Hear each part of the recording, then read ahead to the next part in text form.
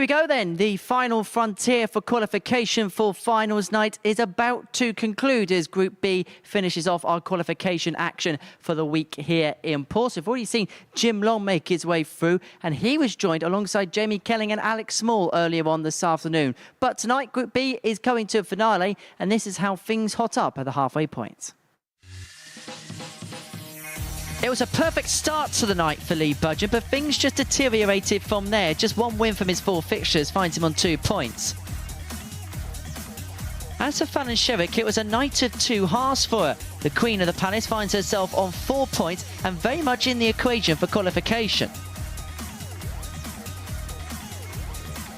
The same story can be said of Scott Taylor, who took advantage of missed doubles and opportunities from his opponents. It's a 2-2 record for him, as well as Barry Van Peer, again finishing the night strongly, 4 points to his name. He finds himself in 2nd place in a tightly congested group, which is led by the Punisher, Sean McDonald, who took full advantage of the opportunities that went his way. He finds himself on 6 points, top spot, and in good place to qualify for tomorrow night's finals.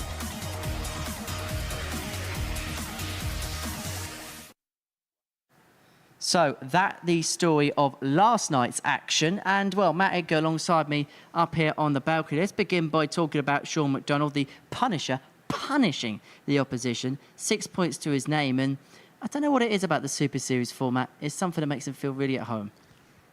He's at home anywhere now where he plays darts. He used to take darts so seriously, he wanted to be a professional player, but actually now he's mentioned about being a professional in other areas. I had a really good chat with him earlier on today, and he was telling me about how he loves his job and that's his sort of passion, and darts to him is a bit of a pastime. It's just something he's really, really good at. So with that, he doesn't seem to have the pressure with that. Sometimes you can come into events or venues, he tries to play once a month, and the issue with that is sometimes maybe you can feel a little bit cold at first. So if he's top of the table on that first day, where maybe we can give him a little bit of benefit of the doubt as he eases back into it, because he's constantly starting all the time, what we're going to see from him tonight. I said to him today, I was really impressed with his play yesterday. He turned around to me, it's okay in bits. The bits he's on about are those points where he took the opportunities. Every opportunity presented to him, he took it, and that's why he's top. Well, let's have a look at the table then. There it is on your screen now, overnight, going into the second day's play. I'm going to go in reverse order this time, Matt, and talk about Lee Budgeon, because he won his first game of the group by 4 legs to 0, and then went on to lose his subsequent 3. And he ended up with a running average for the day of barely an 80.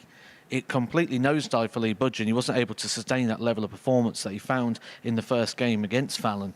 And when we look at his journey, he's not out of this yet. The good thing about Group B is you can come into this with 0 points. You can still qualify. So the fact he has got 2 points on the board is a little bit of something. He's still got a very good opportunity here of getting through this group. No one is ever out of this. Absolutely not. And you look at the players on 4 points, that's going to be subdual towards the line. Yeah, I don't think this is going to be anywhere near decided until the very late parts of this group. This is a group that's all going to beat each other. No one I expect is probably going to go through the card. I think they're all going to have what we had like last night. 4 points is a very good position to be starting the night in, though. Well, we'll talk about Group B a little bit more in just a second, but we actually have some breaking news to reveal to you here at the MODUS Super Series this evening. And the PDC have announced in the last couple of minutes that Fallon Sherrick has been awarded an MBE for her services to the sport of darts. Matthew Edgar alongside me up here on the balcony. When you think about what she's done over the last few years, the way that she's put the sport on the map, and you think about that sort of honour. Not many people within the sport have such an accolade to their name. It speaks volumes about the contributions that she's made to the sport. To be acknowledged in that way is a massive, massive thing, not just for Fallon, but also for the game, because when you think what you mentioned there, the amount of people that have had that accolade so far from the game, from the sport of darts, isn't actually that many people. We can probably count them on one hand. Eric Bristow, Trina Gulliver, John Lowe, probably missing one. Mm-hmm. It's a couple, obviously, Trina Gulliver, John Lowe, Eric Bristow getting that honour in the past within the sport of darts. In terms of playing capacity, obviously a couple more, the likes of Bob Potter getting it, obviously Barry Hearn with an honour of his own, worked in with other sports. That's the sort of elite company she's keeping. Yeah, it's a very, very rare honour. I mean, we look at World Championships, for example. Every year we get a world champion, whether it's the same one or a different one or a defending one. This is something that's come from outside of the sport, which has such a recognition, not just within our sport, but actually globally. When we look at what darts is, it is sort of a growing sport, but it still feels quite of a niche. And for it to be recognised in this way is only going to grow the sport worldwide. I suppose this is going to be a really unique position because this has just come out. It's obviously massive news that has come out this evening that is transcending beyond really the sport of darts. And now obviously she's got to get in here, the Super Series, and get back into game mode and fight for that place at finals night. Well, that's the good thing she's got here. She's not going to know anything about that because one of the things here is they don't have communication with the outside world. When they come into this venue, it is just them. They don't have people in here with them. They don't have the phones. They're just shut off from that and they just focus purely on their darts and their game. The only people she's going to have interaction with is the players that are in that group with her, and they've probably already bypassed that and it'll probably turn in some jokes in about 5 minutes' time. So she's probably in the best place for this when this is coming out, and then she can just come out to the whirlwind that's going to greet her when she leaves the venue. And we send our many congratulations to Fallon for that accolade and that honour. Right, to tonight's darts then, because she is going to be a part of that Group B campaign that is coming to a culmination this evening. We can have a look at some of the bookmakers' odds now for that. Well, perhaps not a surprise because he's 2 points clear and there's so many other players on 4 points. Sean McDonald goes out 13-8 favourite. But in Group B, a 2 point lead is very perilous. Where's the fancy for you elsewhere in the field? I think the value has got to be with Barry Van Peer in second position. I said that I think he's going to win this group yesterday. I'm going to stay with that. Again, he's not quite played what I expect him to do so, but that has to change somewhere. I think the value is in Barry. So that is the outright bet. And let's see what you at home have been thinking. This is the bet build. This is based on some selections that have come through and that have been placed over the last few hours or so. It's a 3.36 to 1 treble. Let's go top downwards. And what do you think? And are you in agreement with our viewers? I've said this every day so far. Unfortunately, I'm going to have to say it again. No, I don't like it. The thing I really like is that second one. I think that's a really good shout there. Barry Van Peer against McDonald over 5.5. So that means it's just got to go 4-2 or better either way. Really, really fancy that one. I think that's really good. The bottom game there, I think that's a little bit of tricky when you look at what's happened behind closed doors. That result has happened 3 times. It's always happened in the favour of Lee Budgeon. So I'm not too keen on that at odds on. And again, the game at the top. The one thing you're going to get with that, you're going to get lots of legs. But I'm not sure top and bottom, but I do like the middle. If you are going to have a flutter, it is 18 plus. BeGambleAware.org if you're going to have a bet on the Super Series team. So tonight kicks off with the battle between Fallon and Sherrick. She takes on Scott Taylor. Now, he made it through to Champions Week last time out, and he did it with 109 average in the final against Andy Bolton. So that is going to get our action underway. This man is going to race his way down to the commentary box to describe all the action in the company of Chris Murphy. Chris, evening. Evening, Henry. Evening, everybody. And what an evening for Fallon Sherrick. The breaking news, the award of the MBE going alongside Trina Gulliver, who, of course, has played here at the Super Series, the late, great Eric Bristow and John Lowe, all for their services to the sport of darts. And what an impact. The Women's World Match Play champion, aptly nicknamed the Queen of the Palace for what she did at the Alexandra Palace.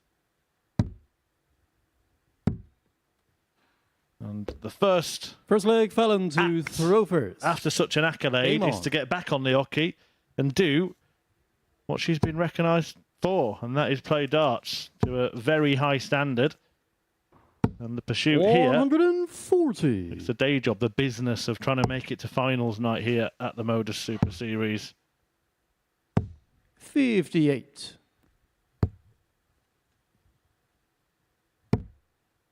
Scott Taylor, the opponent, it kind of forgive us for maybe overshadowing some of the 60. other players in the field this evening, but we will give them equal billing. They've got equal chance on the dartboard, of course. But it's going to be an interesting night just in terms of the group. Fallon Sherrick, of course, is maybe it's a very nice feeling, and she's a player who sort of thrives in any kind of spotlight and has done over the last few years. Hence her success, but could also be a bit of a distraction to the task at hand tonight. Fallon, you require 160. I think it'd be able to be a welcome distraction, to be fair.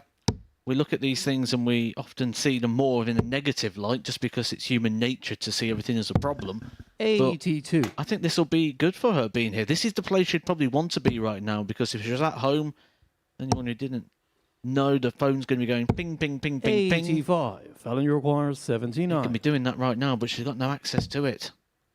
The only thing she's got access to is her darts. She's using them quite effectively in this one. 49. She's in there with a good group of people as well. I did mention that I reckon they'd have been quite congratulating towards her 55. Fallon, you require 30. for the first 2 or 3 minutes.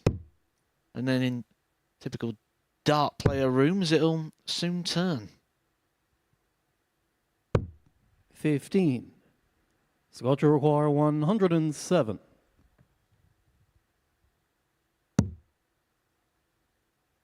Still on. Double 19 will complete the combo. 69. Fallon Sherrick Fallon, will you return. require 15.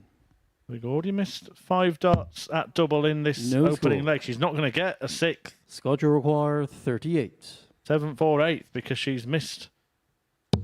Game shot on the he's first hit. leg, Scott Taylor. Taylor takes the opening leg.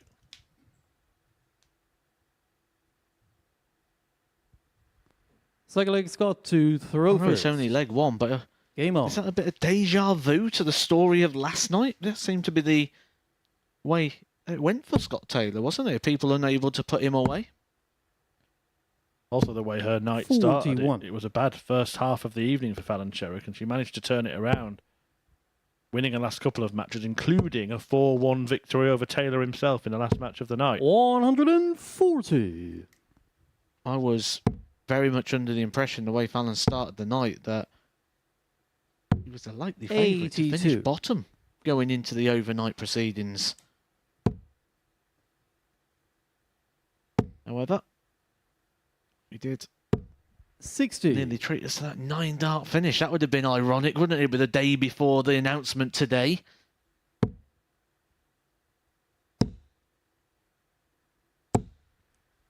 $140.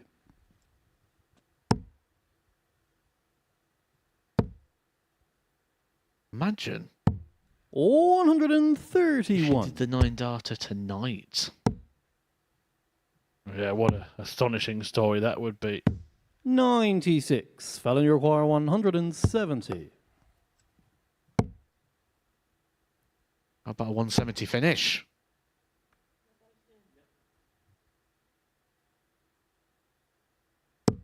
$132. Scott, you require 142. We should expect a return for double 19. Taylor on a big one himself. 17 the route. May go bull in the middle or at the end of the visit. Chose the middle. 74. Check, sorry, 84. Fallon, you require 38. Can she find a way in? 19. Remember, she missed 5 darts at double in the Scott, you first leg, require then missed a 58. big number, meaning she didn't get more. She's missed 4 darts at double in the Game second shot, the leg, and second leg, Scott Taylor has Taylor. taken advantage again. It's ironic you mentioned as well that this is how she started the day yesterday, because this is very Third leg, much like Fallon she to started the throw day yesterday. first. Game on. Yesterday, opening match, 10 darts thrown at the double, 0 hit. 41. So far in this match, he's going down the same road. 9 darts thrown at the double, 0 hit. So in this fixture, fixture 1, 134. she has yet to convert a double in 19 attempts. 100. This is not the start she would have wanted. But Scott Taylor just keeps making the most of his luck, doesn't he? 127.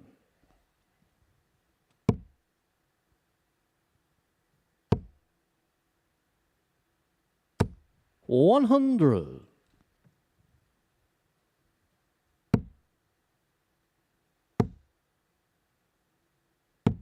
94.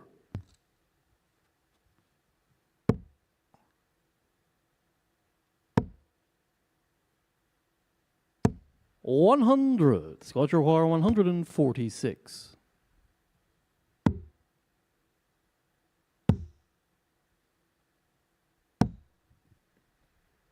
86. Sorry, 82. Fallon, you require 160. She had a attempt at the 170 in the last one, which was missed on the bullseye. But 140. this will be the first time that Scott Taylor's Roger been the War, first player to a 64. double.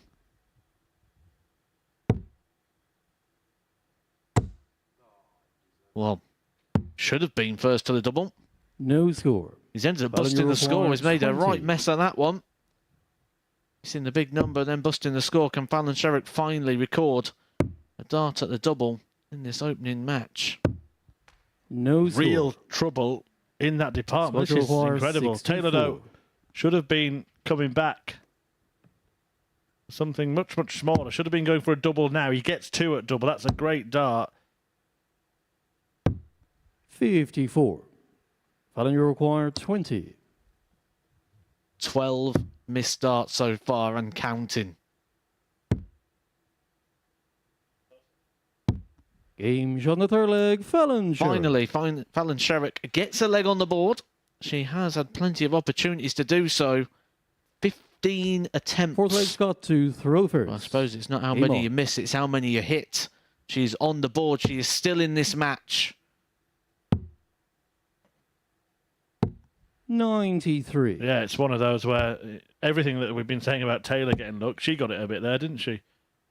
Well, that's the thing with these sort of 99. fortunate events of someone missing. Eventually, it kind of balances itself out across the course of a day, a week, a month, a year. 60. You just tend to dwell and remember all the times that it sort of goes against you.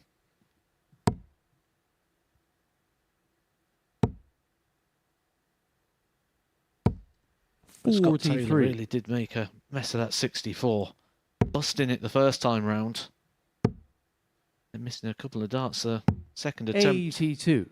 Opting to go the more traditional route, the 8s and 16s on the second attempt.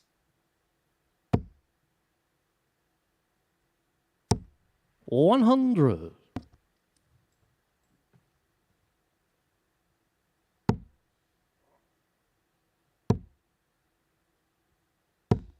$81.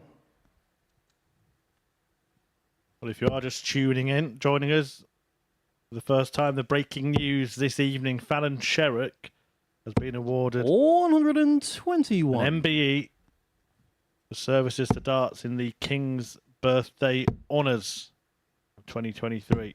125. Big moment for Fallon Sherrick, big Fallon, you're moment for the sport of 138. darts. Only a few players have that honour. Joins Trina 60. Gulliver, John Scott Lowe, requires and the late 60. Eric Bristow. Got Taylor here, Game shot on the fourth looking leg. to spoil the Scott party a little Taylor. bit. That was a strange one. We've seen so many missed doubles in this match, and then one Fifth leg Fallon to throw first. Game on. placed in a part of the double you didn't think it could go in.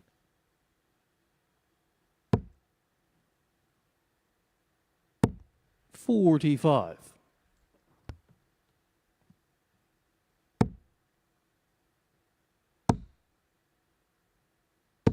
And now he starts to find his top gear. We know what that gear can reach. That top gear. Going all the way to a Pro 57. Tour final.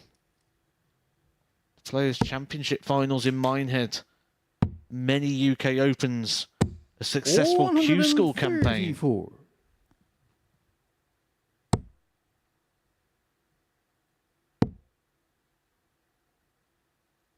$137. Closing in on a successful start to the evening and a repeat 95. reversed result in this fixture. Remember, we do reverse the fixtures on the second night of these groups, and it was Fallon who won 4-1 when the pair met 92. at the Scott end of require yesterday. 92. Scott Taylor looking at 92 to return the result. Not going to go, but only 66. the big finish, the biggest Sorry, finish. 76. Can keep Fallon Sherrick alive. 170.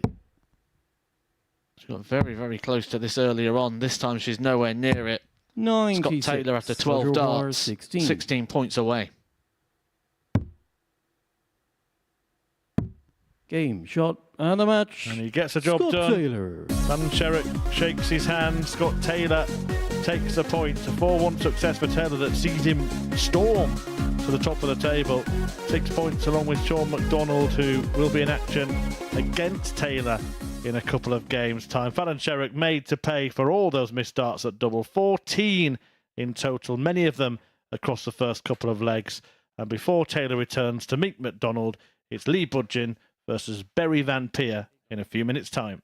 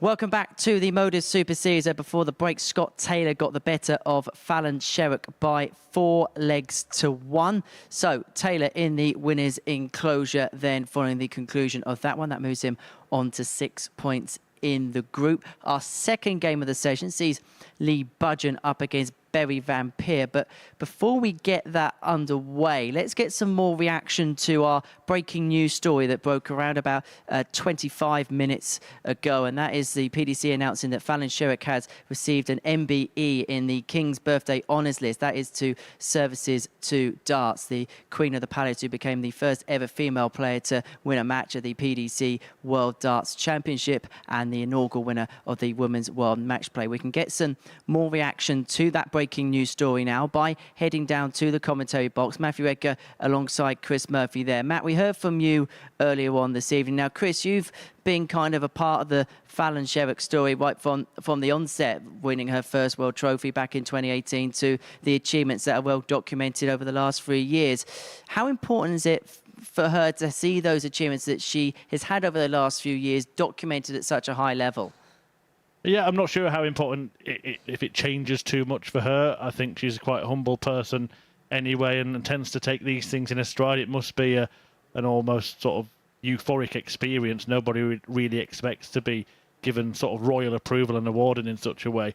But I do agree with the honour, because the service to darts that she's done. I was there when she won that match at the World Championship and did the media rounds with her the next day, working as a press officer back then, and I was doing the same job for Michael van Gerwen at the same time, and not one of his World Championship wins, not one of his results caused the same global splash in terms of the news as Fallon Sherrock did. Column inches the next day, she was in every big TV studio doing interviews and stuff, and it's carried on. The Fallon effect is a thing that has changed the face of darts in terms of the amount of people that watch, who watches, where they watch, and also who starts up playing the game. And I think the impact has been absolutely immense. Well, I'm just going to read what Fallon Sherrock has released on the PDC website this evening. She says, "I am honoured and overwhelmed to have been awarded an MBE on the King's Birthday Honours for the services to darts. To have received this level of recognition for my contribution to the game I love is beyond my wildest dreams. I have never considered that I would receive such an external honour, and I am beyond grateful." What does this mean in terms of the sport of darts, Matt, to have the sport showcased and highlighted in such a way that we're talking not just within the sport of darts, not just in the world of sport altogether, we're talking about the world of the society in general, where darts is being recognised in such a way? I think that question just completely nails everything in total there, because when we talk about these sort of things in general, a lot of the times we talk about Fallon Sherrock's achievements and what she's done in a sporting sense, and in a darts sense, we talk about that run she had on the World Series or the Grand Slam or those victories at the World Championship.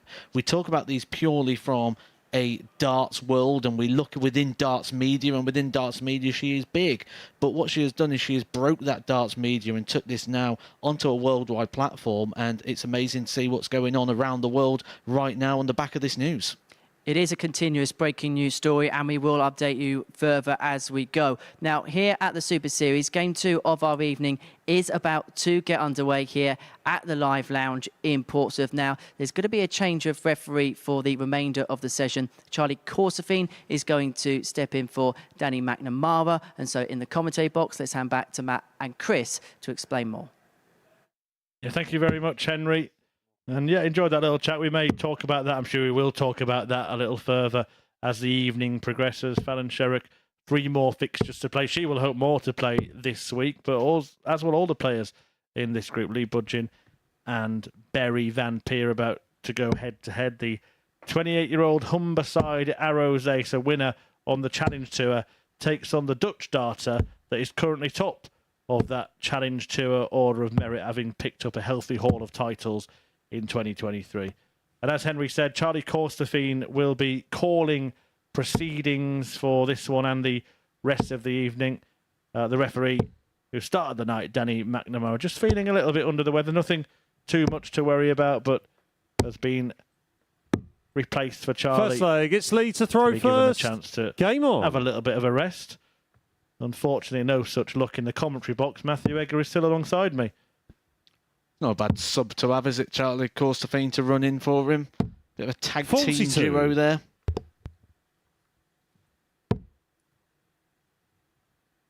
Yeah, always ready, isn't he, Charlie? These referees are never off duty. 59. Just looking, we had him walking round the arena dressed like a referee tonight, wasn't it? That's all he does. Don't know what he's doing here, to be honest, but cheers, Charlie. 82. Just passing by and grabbed him in. This is 140. an important game of darts here amongst all the fun and games and different stories. Lee Budgeon only picked up the 1 victory yesterday, so he is at the bottom of the table on 2 points. 97. You can get yourself out of these positions on a Friday. You start 27. slow on the Thursday, but there is no room for error. He's going to be starting off against a man that, if you said this was on the Challenge Tour 59. You'd go with Barry Van Peer because he's absolutely dominating that system. Yeah, 100%. But you've been saying that he's had a bit of a strange week. We haven't seen the brilliant best of Berry, have we? 105. On his week at the Super Series. Not even close to. When we look at what we've been seeing from him in recent times. 95. Berry, you require But when you know 170. you've got that in the locker and that recent form, you're just expecting it to come to life in any moment. And the way 85. that dart was Lee, lying, require that was coming to life. I thought we 126. was going to see a 170 for the second time this week. Oh, well, we're not going to see a 126 either because Budgin has botched it. Single 19 would have left the ball. 94. He's actually scored more than Berry, that, but not require left to finish 85. at all. Single 16. He's just sneaked in, but 60. the bullseye wasn't Lee, far require away. So the 32. damage repairable for Budgin. Game shot on the first lay. Lee Budgin. He started the day yesterday very well. That was the game he picked up the victory. Second leg, it's Berry and to lost throw 3 first. in a row. So Game he is on. on a losing run, but that was yesterday. We know no 2 days are the same. 139.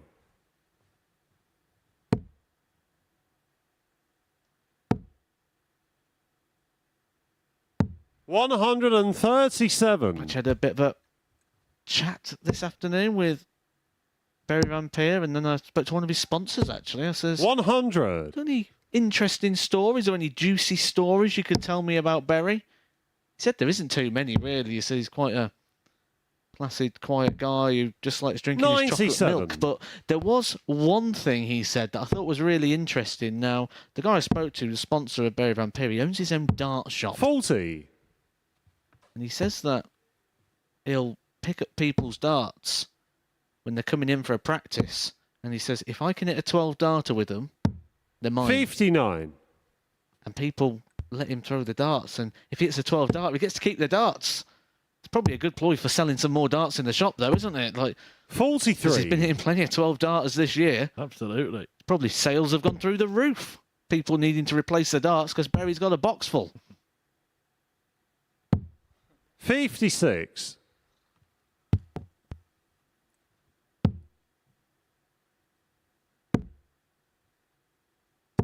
$99. Lee, require 152. Right, 152. Not going to go. So Berry aiming to level up this match between himself 39. and Budgin, Berry, which was require 80. won by Van Peer 4-2 last night. Double top, just shuffling it across slightly. Game shot on the second he leg. uses- Berry Van Peer. That angle. He's a bit of an impatient type, Lee Budgin, isn't he? Third leg, He it's keeps Lee to racing throw to the first. hockey, Game despite on. knowing there is a 10-second delay here at the Super Series before the next leg starts. You can just get carried away sometimes with the 140. sort of pace and the flow of the game.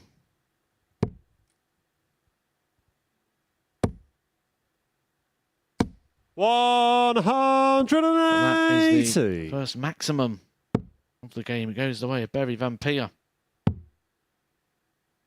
Recorded 3 43. maximums across his 4 games yesterday. Lee Budgin also with 3. But we did see Barry Van Peer in Group A. 92. And significantly more 180s. There was obviously a lot more games. 18 180s across his 3 days of play, 100. Monday, Tuesday and Wednesday. So 15 matches, 18 180s. 100. Well, every time I've asked you this week, you've said that you haven't seen anything from the players in groups 120. B and C. Very to suggest required, that Jim Long, the Group A 129. winner, is not still the man to beat on finals night tomorrow. Are you still sticking with that? I am. 57. Lee required He's the man 98. to beat, and I'm very surprised when you look at those outright odds that he's still got some tasty value around him. 60. Berry requires 72.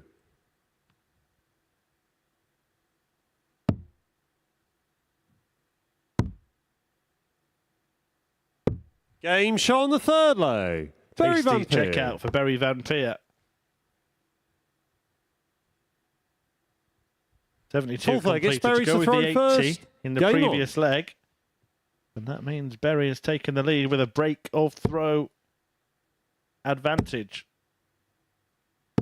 140.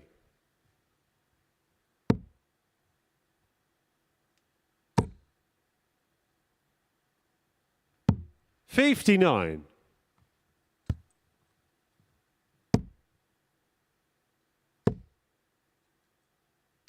140. He's starting to motor. Back-to-back 140s. He's just broke the throw with Lee Budgeon. 140. Now he's trying to make sure of things.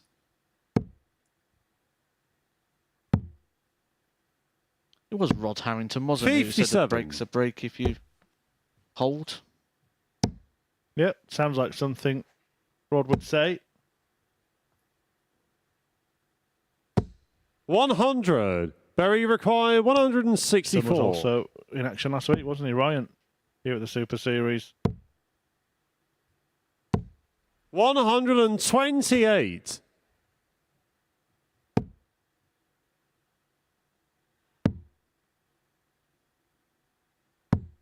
$60. Berry required 36. It's taken him just 12 darts. Game to get shot on the himself down fourth to a solo leg. double. Barry Van Peer. Hits it with a second dart in hand. He's a leg away from kicking off his campaign. Fifth leg, it's Good, Lee to throw solid first. fashion. Game on. 3-1 up on Lee Budgeon. Lee Budgeon, it is backs to the wall. He is boxed into the corner. Gonna have to start swinging. 140. Not sure. If Barry Van Peer wins this game, moves on to 6 points. 60. Lee Budgeon's going to be able to get himself back into this from 2 with only 3 games left to play. It means he could only reach 8. 57.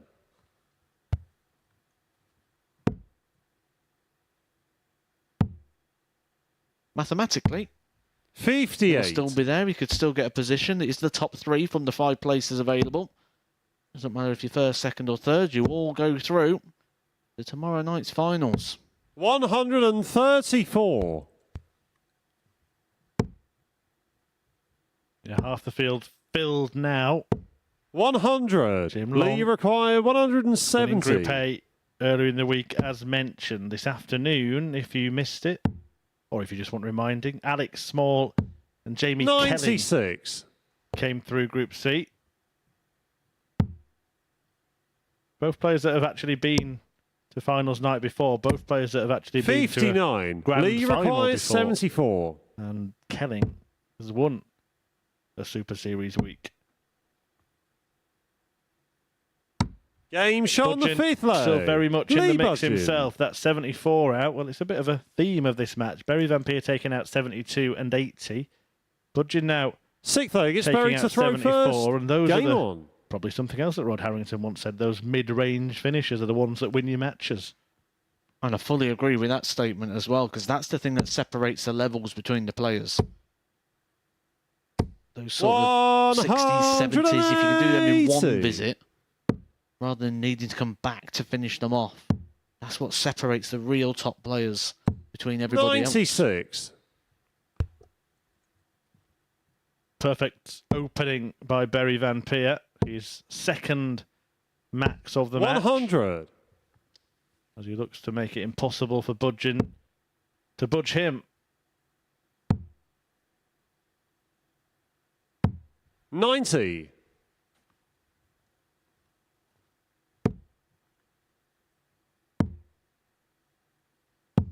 $96.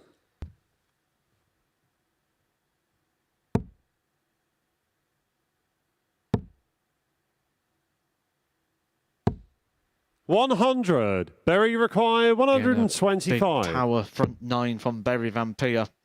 Going to give him a luxury of time just to allow him to set this 65. up at the back end. He should. I'll say should. Because we have seen a lot of big numbers missed so far this week. You're getting 2 darts here. 45. Berry win the match. requires 60. He is, and he's getting an open bed as well. You can see the little shrug. Happy accident. He'll take that. Double 10. 40. Maybe block that, but Lee Budgeon require needs to pull 170. a rabbit out of a hat. Could we add that to the list of big numbers missed when I say there's been a lot going, because it certainly wasn't the target. 121. Yeah, on that occasion, Berry it require could be 20. more of a help than a hindrance. Doesn't want to go chasing around. And he Game, doesn't. shot, and He the wins match. the race Berry in this Van match. A Peer. 4-2 success for Berry Van Peer, who becomes the third player in this group to make it onto 6 points. And he leaves Lee Budgeon stranded on 2 at the foot of the pile. An average just short of 89 from Van Peer. Decent finishing stats as well. Couple of those checkouts around the 70 to 80 mark. That was a high. And he joined Scott Taylor and Sean McDonald on 6 points in Group B. And that pair will do battle for top spot after the break.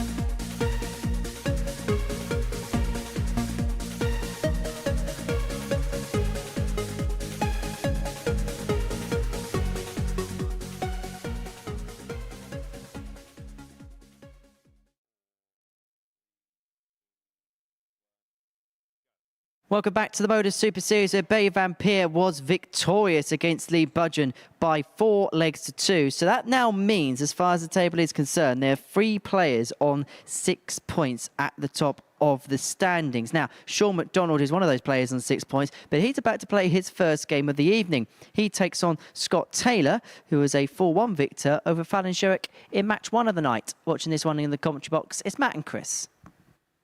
Thank you very much, Henry. And it is that tussle at the top between Taylor and McDonald. In terms of the league table, Bury Vampire actually is sandwiched in between them. It's all on leg difference at the moment. Not much in it either. But the winner of this one will be top and will be on 8 points. And I'm going to put the question to Mr. Edgar, who's pretty good with the maths and permutations in this First group. leg, Do you it's think Scott 8 to points throw is going to be enough first. in this group? Game on. Yeah. Someone's going to get through on 8. So we're going with the fact that whoever wins this match is pretty much through. 26. It might be 8 plus good legs, though. We might have 2 players on 8. So it could be somebody going through with 8 and somebody going out with 8. We'll probably know more after the next match, because if Fallon Sherrick beats Bury Vampire, then we're going to have 1 on 8 and 3 on 6, and then it is likely that we do get that scenario. But if Bury wins that, then Fallon Sherrick can only really be looking at catching up the player who 99. loses this match. Of course, who she, in a way, would hope would be Sean McDonald, because she has him to play. And just before we get into the meat of this game, I just want to say how much I really enjoy watching Sean McDonald play. 100. I think he's a very stylish man. He's really entertaining. Yeah, and he gave us a 59. packet of jelly babies. That has no influence on my decision. Here in the commentary box, we're enjoying a little confectionery, courtesy of the man on your screen right now. 77.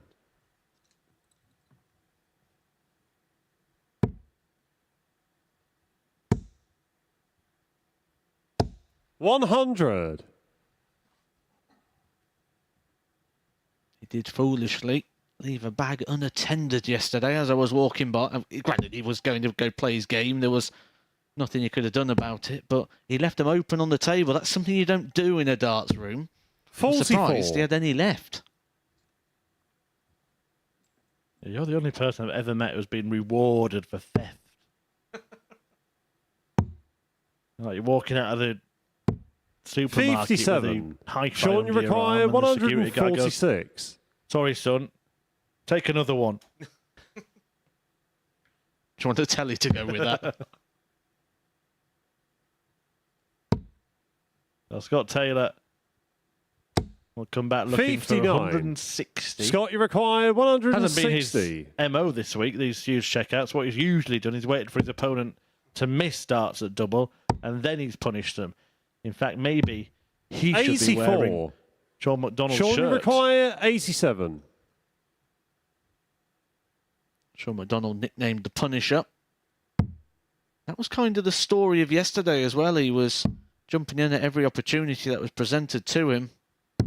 Game, Sean, the first Continues leg. that trend. Sean I McDonald. had a bit of a chat with him earlier, and I congratulated him. I says, I thought you played really well. I enjoyed watching you play yesterday, because Second leg, it's Sean I'm to not throw going to do the first. accent. I'm not very Game good on. at accents. But he says, it was good in bits. The bits are those bits. Those finishes, those combinations. 180. Yeah, you also, I remember you saying last night that, you know, when Taylor had been enjoying a bit of rub of the green, when players had missed opportunities and presented him with 97. opportunities, I remember you saying that you didn't feel Sean McDonald was the type to do that. And I think we've just seen that in the opening leg here. Oh yeah, if you're going to beat Sean McDonald, you've got to beat him. 60. He did also show me those flights earlier on. Really nice flights. It was designed by a friend of his who's a tattoo artist. 44. And they're really nice how they sort of, in different lights, they sort of shine and glimmer in different ways. As you see there going into the board, look at those.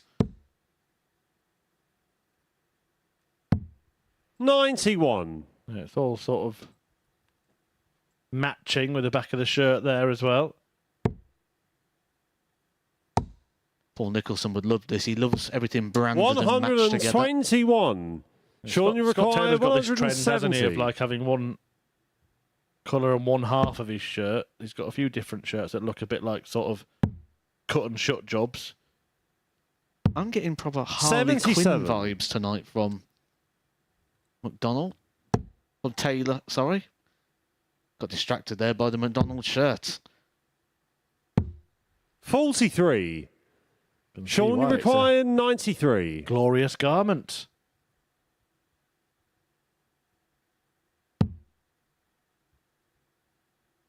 $74 remaining. 32 remaining. 77. He will still be back to clean up the remainder with Scott Taylor not in finishing range. 58. Sean, you require 16.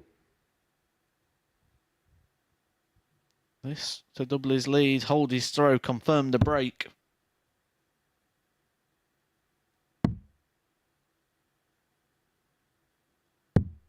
$14. There's a man that doesn't let many Scott, you opportunities pass require him by. 138. But there's half an opportunity passed him by. Taylor still needs a lot to do here. He's going to have to find 2 trebles and a double. Not that treble. 48. Well, of course, Sean, on you double one, require McDonald 2. can only afford to miss high. A lot of players will intentionally lay a marker down above the double rather than attacking it. That's exactly what he does.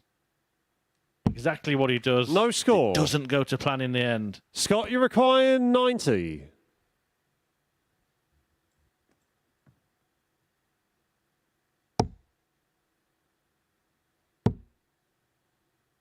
Bullseye. Game Oh, it's shot on the second found. lay. Scott Taylor. Oh, Scott Taylor in this group, really. We were saying we were looking for a nickname for him. How about the Dartful Dodger? Third leg, it's Scott to throw first. Game on. Because I've never seen anybody pick more pockets than him in the last couple of nights. I don't even think he can believe what's going on when you look at the reaction. 57.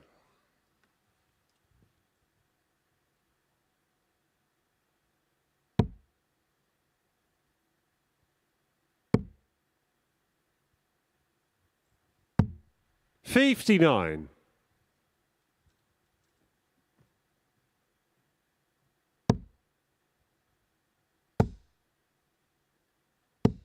$60. This is the edgy part of the game. You normally get an edgy leg, and that's normally when both players feel the importance of it. Was he feeling the importance of this one quite early? They're probably 100. both sat back at their accommodations thinking, I want to start well. Scott Taylor did his job earlier on with a 4-1 victory over Fallon Sherrock. 140. This is the first time we've seen Sean McDonald for this evening.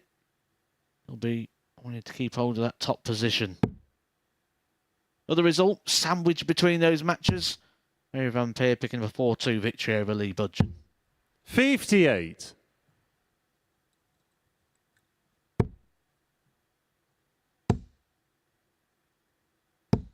$60.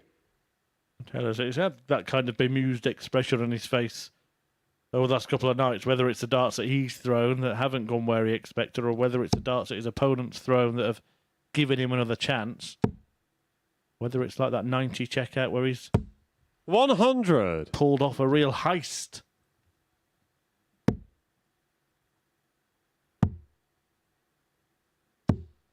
$84.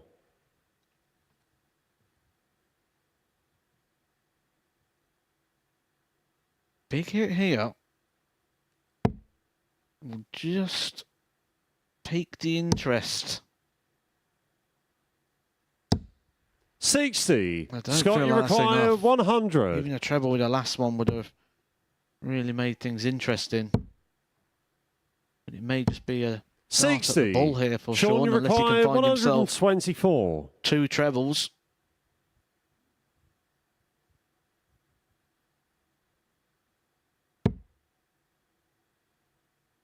Eighteens. Can't find one treble, so it won't even be the dart of the 56. bullseye, and Taylor can take out tops. Just drying Scott, his you darts require off. There is a bit of 40. heat on that stage. Warm days now. He's not sweating, but his darts are.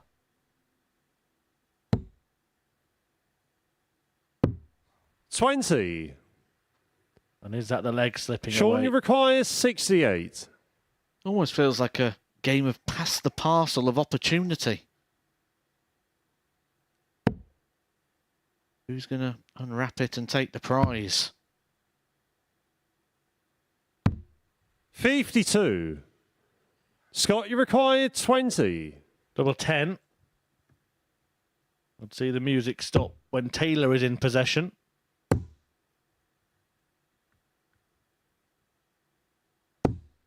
No But score. He carries on passing it around. Well, normally with pass the parcel, Sean, what you you do is you require sit there with it in your 60. hands and try and hold on to it as long as you can. That's what you do.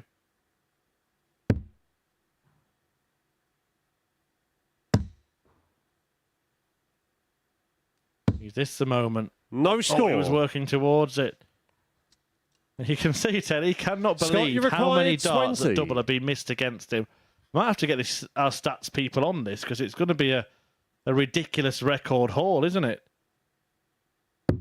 Game Sean, the third leg. Alan Sherrick Scott missed Taylor. 14 against Scott Taylor in the first leg of the night. Sean McDonald has already Fourth leg, it's missed Sean to throw first match first. of the night, rather. Game on. Sean McDonald has already missed 11 darts at double against Scott Taylor in this one. 140.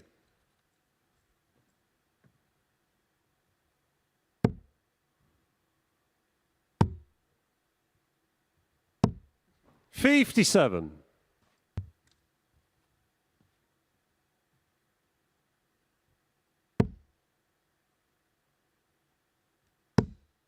We were speaking about horoscopes this afternoon. I wonder if 140. Scott Taylor's seen something in the stars, or if he's got one of these magic potions or spells or voodoo dolls or 84. different things before he comes here, because something bizarre's going on when anyone comes up against Scott Taylor. They just miss everything. Or maybe we're looking a bit too deep. Maybe it's his presence on the stage. It's some people just move around the 140. stage in ways that make you feel a little bit uneasy. Yeah, laughing at you for missing doubles. So you miss more. 140. Sean, you require 81. How many will McDonald miss this time? That's the question. It's all well and good hitting the treble, Sean, but can you hit the double? Can you? And the 75. presence of Taylor is felt once again, and McDonald dishes out more presents. And it's an awkward part of the board, and he's got himself in a 140. good position here. Sean, you require 6.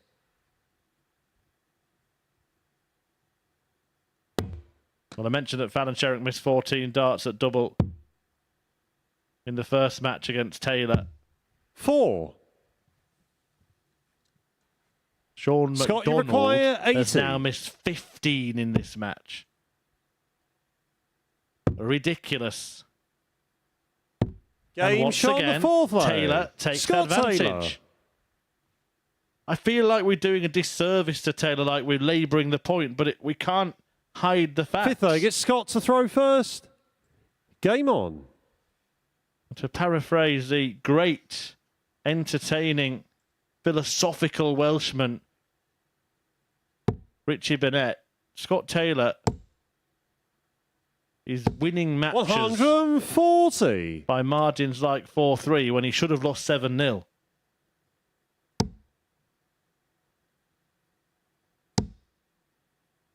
I think my favourite ever Richie Burnett 41. quote is the very recent one when he said he's earned 2 fortunes and spent 3. Yeah, that is deep 100. and relatable. Some of us have earned no fortunes and spent 3. 60. The other thing I will say is when Scott Taylor won his week last time, he wasn't the one that everyone was 91. expecting to perform well on finals night. He hadn't got into it on an amazing run of performances. And then when it did come to finals night, he produced the performance that was exactly the same standard as Luke Littler in his weekly win. 58. Scott, you require 170. It was 109 average in the final. I almost hate saying this because I feel again 66. like I'm doing him a disservice but for me, when I look at a lineup, I don't put Scott Taylor at the top of my list for people who's going to win the week, but he's always on the short list. He's always one of the people that have to gauge your attention and say, Scott Taylor's here, we need to keep an eye on him because he 80. could win this week. Scott, He's you not someone require you'd put 104. at the very top, if that's fair. Well, this time, McDonald's not going to be in position even to miss doubles. 80. Because Taylor leaves one of his favourites, and that could be that.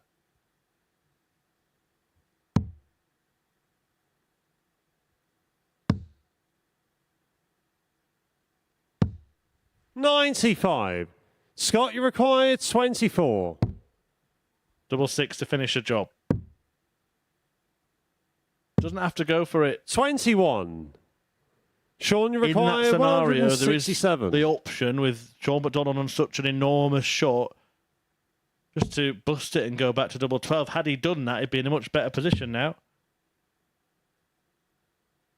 Now Scott Taylor 93. loves 1-1. Scott, you His require favourite 3. finish. Be kind of an apt finish, and that dart's quite nicely moved to the side. He's having to just shuffle across a little bit to open up the angle. Game, And he's shot, taken it and out. the match. No trouble Scott at all. Taylor. No sweat for Scott Taylor, who once again punishes an opponent for missing bucket loads of darts at double. 15 by Sean McDonald in that one, squandered at the outer ring. Scott Taylor filled his boots, said thank you very much, and marched to the top of the table. He's the first player onto 8 points. Berry Van Peer in action next, looking to join him, but Fallon Sherrock, MBE, about to try and join the race for the top 3. Do stay with us.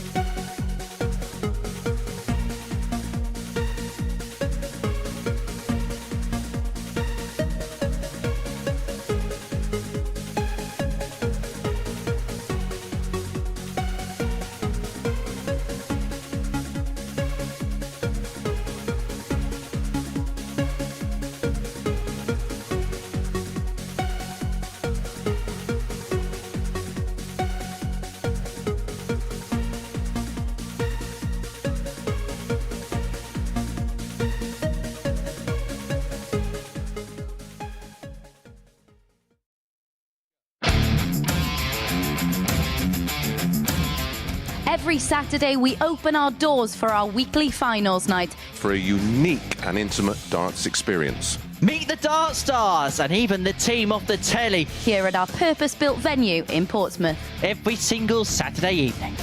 Tickets can be booked via this QR code Or at www.dartshop.tv for a very small booking fee. Follow us at MSS Darts on Twitter, Facebook, Instagram and TikTok. For all the latest ticketing news. All you need to do, log on, book, turn up, and the action gets underway from 7:30 p.m. So what are you waiting for? Get your tickets to the darts. We look forward to welcoming you to the MODUS Super Series very soon.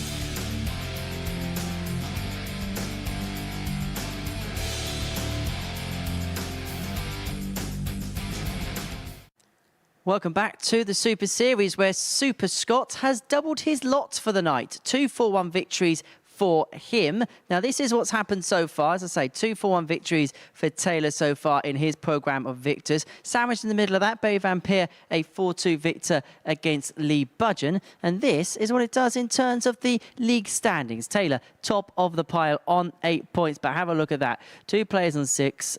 Player on 4 and Lee Budgeon there on 2 points. It is still all to play for in this race for qualification. Remember, 3 from 5 will make their way through to the finale tomorrow evening. Next up for us, it is Barry Van Peer. It is BVP up against Fallon Sherrick, MBE. Many congratulations to her following the latest breaking news story this evening. And our 2 MVPs in the commentary box is CM and ME.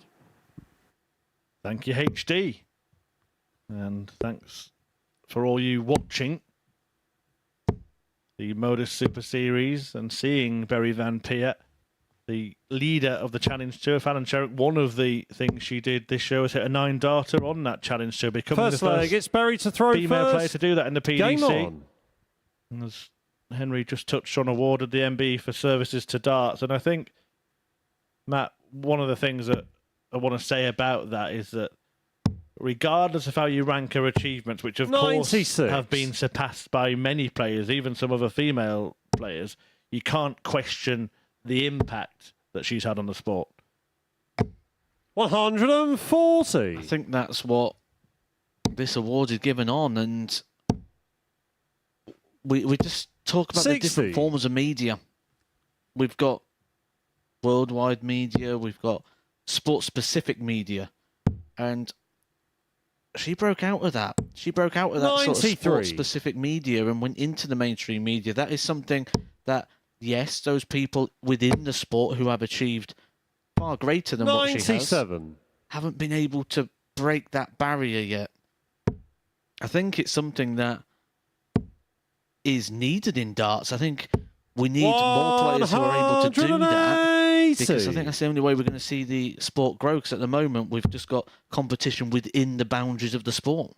Yeah, and that media is not just 58. UK-based require media. We're talking 88. global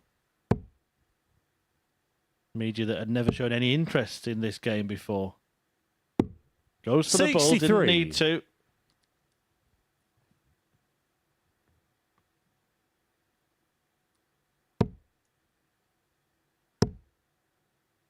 Maybe just want something 100. to get her going. Fallon You required do see that 25. sometimes when players don't need to go that route. The problem is now she only gets 2 darts at double when she would have had 3 had she laid up. And she has missed 21. those 2 darts. She Barry is struggling require 90. on the outer ring tonight. Double 15 for Van Peer. Fails to 60. find. Fallon, you require 4. Game shot on the first leg. Fallon Sherrick. Better on the doubles for Fallon. She was 1 in 15 in her opening Second game. leg, but it's Fallon to throw then again, first. it was Game against on. Scott Taylor. I think everyone's stats are like that at the moment against Scotty T. We've usually got someone through or as good as through by now in this group. 60. I think that will depend on the outcome of this match. If Fallon Sherrick wins it, then there's only 2 points between the top 4. But if she loses it, then you're going to have 2 100. players on 8, 4 points ahead of Fallon Sherrick with just 2 games left to play. You could probably say that those 2 are pretty much through then, Barry Van Peer and Scott Taylor. 26. But then Lee Budgeon coming up against Sean McDonald, he could put himself back in this. He's won 1 game in 5, 84. and he might not yet be eliminated. Yeah, we've talked about that as well, haven't we? How hanging around on 2 points sometimes is not as bad as it looks in this group. 134. It is one of those sort of 134. groups. It's always wide open till the very end. Very, very tough group to win is Group B. 100. Wonder what makes him say that.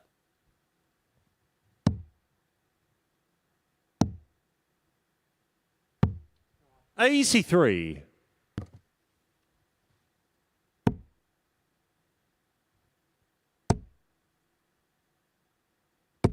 140. Berry require Good lead 100. from Sherrick.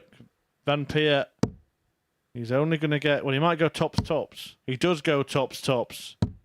60. He doesn't take it out. Fallon, So you require Sherrick for 2-0. 41. A Sherrick win here would make this group very, very interesting. It keeps everybody catchable. And it keeps everybody in the race. Game shot on the And second she's halfway leg. there. Fallon Sherrick.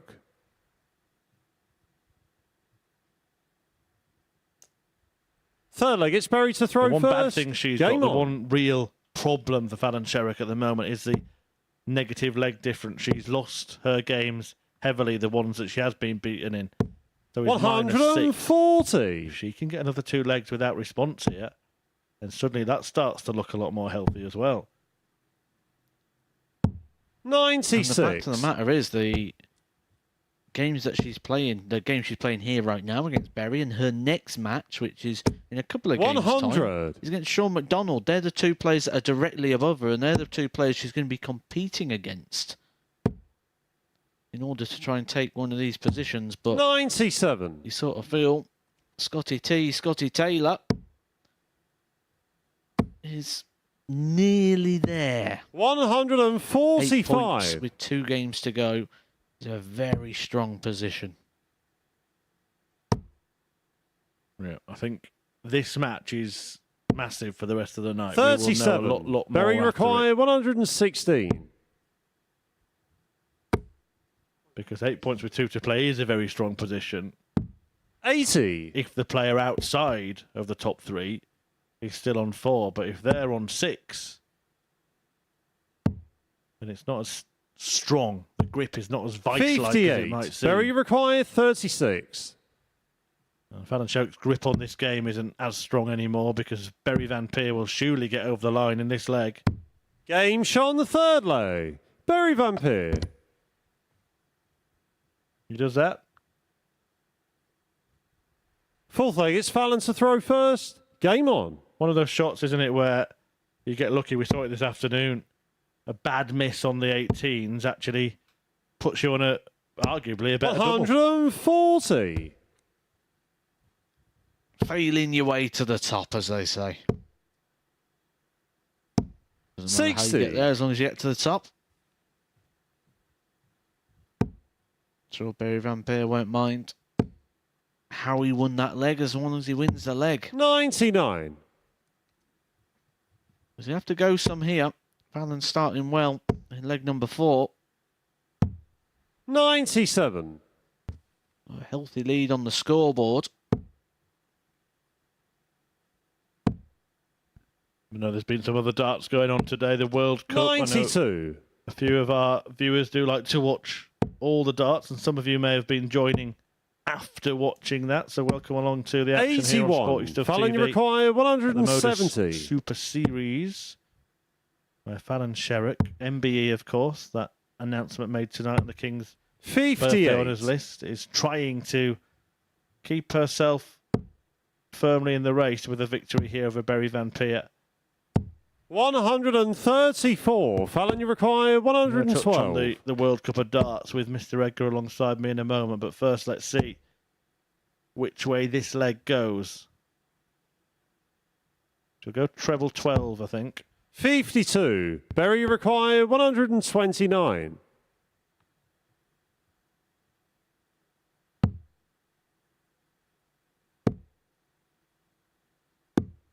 $64. Fallon, you require 60. For herself, Game a leg shot on the away fourth from getting leg. back into Fallon this group. Sherrock. Nearly a must-win moment here for her. She's got 3 games left. This is one of Fifth them. leg, 2 it's more Berry to to go throw after first. this. Game on. Lee Budgeon and Sean McDonald waiting in her future on the horizon. But she could be back in this. 45. Yeah, I've just been having a glance at the draw for the last 16. 59. World Cup of Darts, and there's a tasty tie between Netherlands and Belgium in the last 16.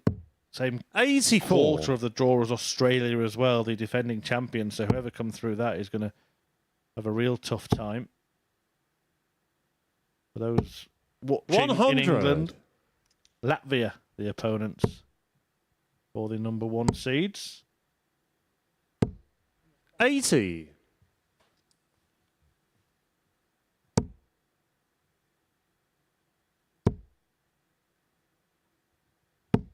140.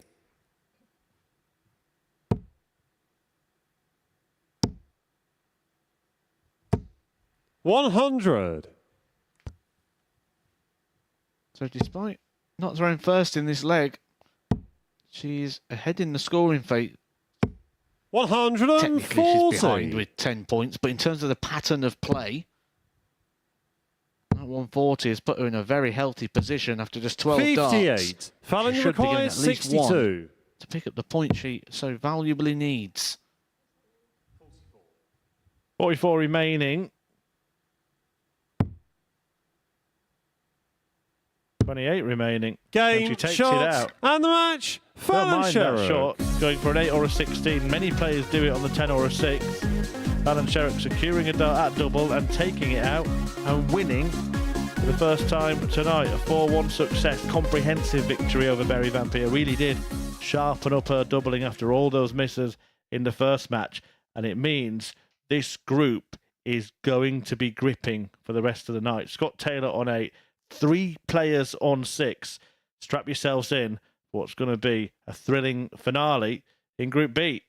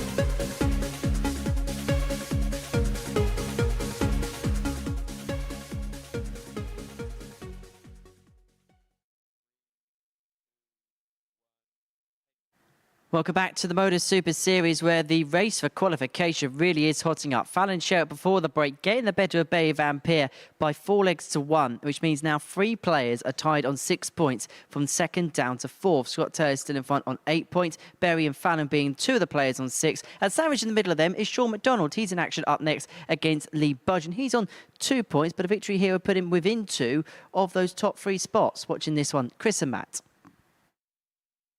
Yeah, thanks, Henry. And as Matt was saying during the previous match, if Lee Budgeon can get a victory in this one, then, well, it just carries on, doesn't it? This closing up of the group, and we're none the wiser as to knowing any of the players going through. Budgeon gets the better of McDonald, as Henry was explaining. He's just 2 points off that player. And the top 3 spots, depending on the margin of victory, McDonald could actually fall out of the top 3, and Fallon Sherritt could end up in there at the end of this game. And she plays Sean McDonald in their next game. Scott Taylor takes on Barry Van Peer after that. Taylor very close to qualifying still, but if Van Peer beats him, then he's still not a certainty. So very rare to have this situation in First Group B leg, where it's Sean to throw first. doesn't look like Game anybody's on. a dead cert 4 matches in to the second night. And if you just sat at home now feeling a bit puzzled and a bit lost by all that, don't you worry, I am as well. And I've got this all in front of me. I can see the table, I can see the fixtures, I can see the possible permutations, and still frazzling my mind. 57. This is what happens when you put a lot of evenly matched players in a group. You say, we'll have 3 from 5, please.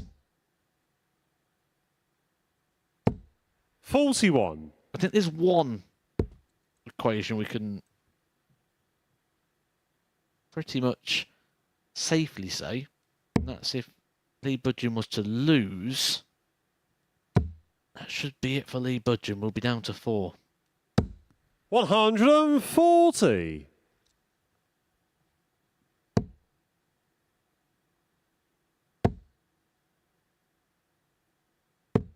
100.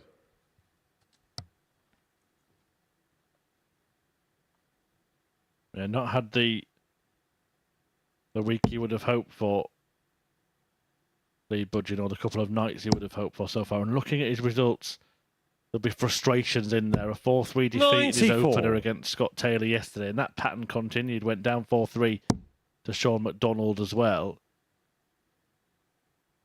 Was beaten 4-2 by Barry Van Peer. Both 100. last night and this. Not like he's been completely blown away by any of his opponents.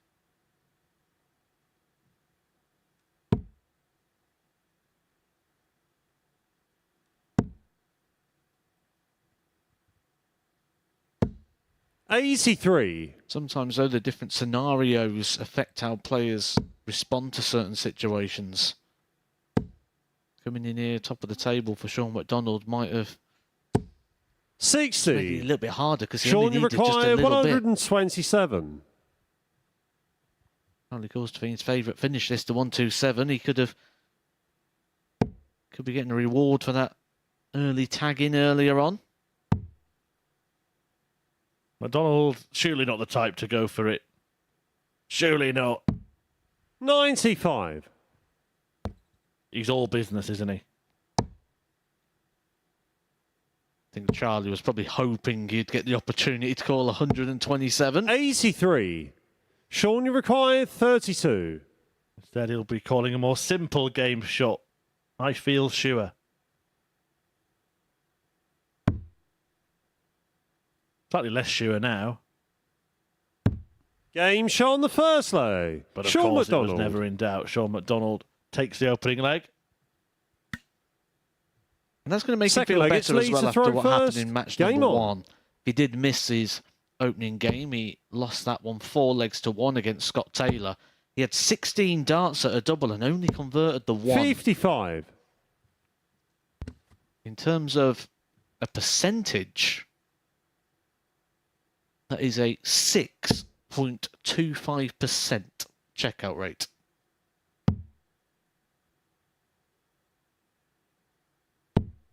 Yeah, 43. certainly looking more assured. Although he did start okay, didn't he, against Scott Taylor, and it all went wrong after him getting his only leg on the 97. board.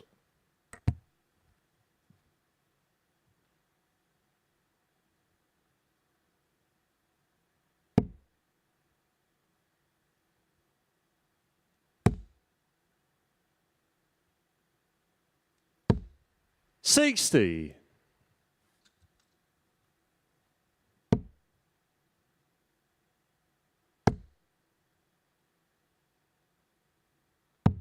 97.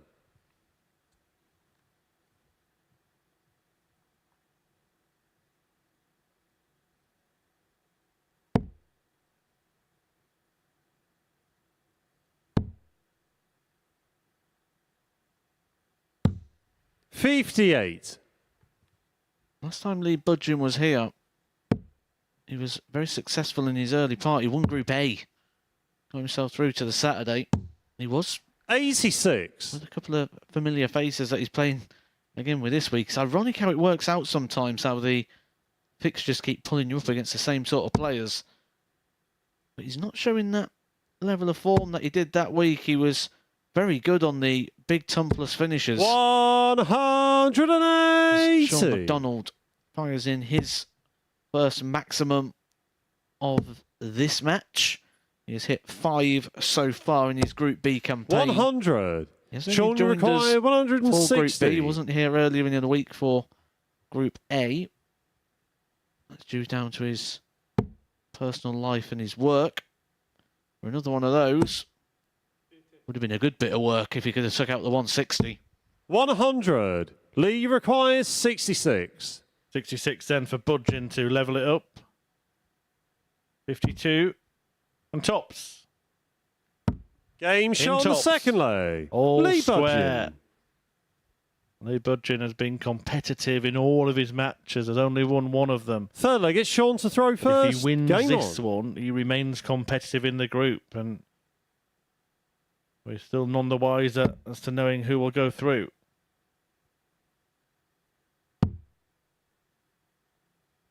You see Scott Taylor sat at the top of it on 8 points. 58. Knowing that 10 is enough.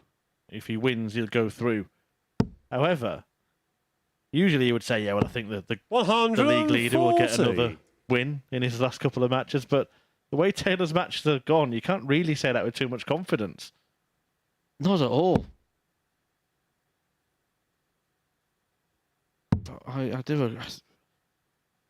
It's hard to say that he's not going to go 84. through when he's on 8+6, but it's that legs column. I think that's what's going to really come into play. I think it's going to go beyond points tonight. 121. Anybody just get to 10 points, that will be enough to qualify in this group. But as Matt says, Taylor could lose both of his games and still get through. Could lose both of his games and not get through, but it's very much in his hands. He's got 2 bites, hasn't he, to get to 10, which is the guarantee. 93. Other players are going to have one go. In effect, they're going to have to win both of their matches, is what I mean by saying that. Although 60. Sean McDonald can still put himself in that very same spot. This is a game in hand for the Scotsman.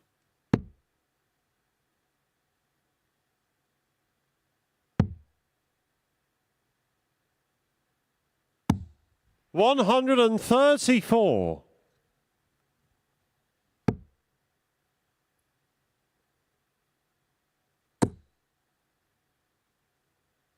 Doesn't like the way those darts are. He's kind of got to stay there in a way, because if he comes away from the 20s, it's going to make the shot much, much trickier. 60. I think that Sean, was you the require best decision there, just to stay to 132. the 20s. Possibly could have opted to go on the bullseye, where Sean McDonald's going to be starting his combination. That is a very inviting dart. He'll be disappointed at that one.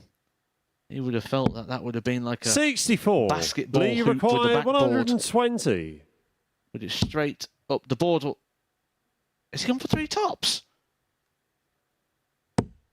80. Well, you can only assume he Sean, has. you And what require that also 68. says to me He's thinking he's already out. He's thinking that the chance has gone. Because to do something like that at a moment like that is madness.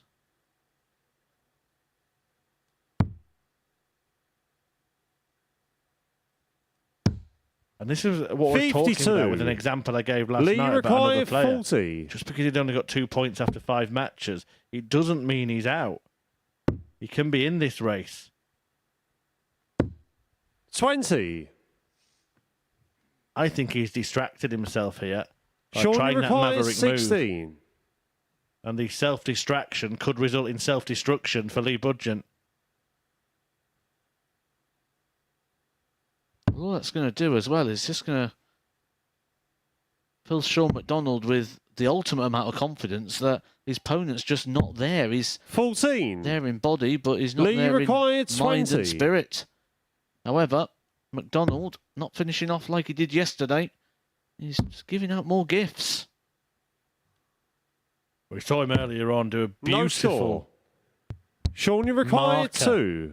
for a double one attempt. Will he do that again? He didn't use it, but we saw a really good picture of this attempt. 1 up, 1 in. Well, the 1 up is not much help, really, is it? That one could be. No score. It was definitely up. Lee required He starts 20. the night by giving out gifts. A bag of jelly babies to the commentary box. Then he gave out a lot of gifts. Game to Sean the Scott third Taylor with a leg. lot of missed Lee doubles. Budgeon. Now he's gone to Lee Budgeon. You have a couple of legs as well, pal. And this is exactly what happened against Fourth Taylor, leg, by it's the Lee way. to throw first. Game on. He got 1 leg in the ledger, no problem at all. We were even saying, oh, Sean McDonald's not a player who's going to give away loads of presents. But then after that, it all unravelled. 80.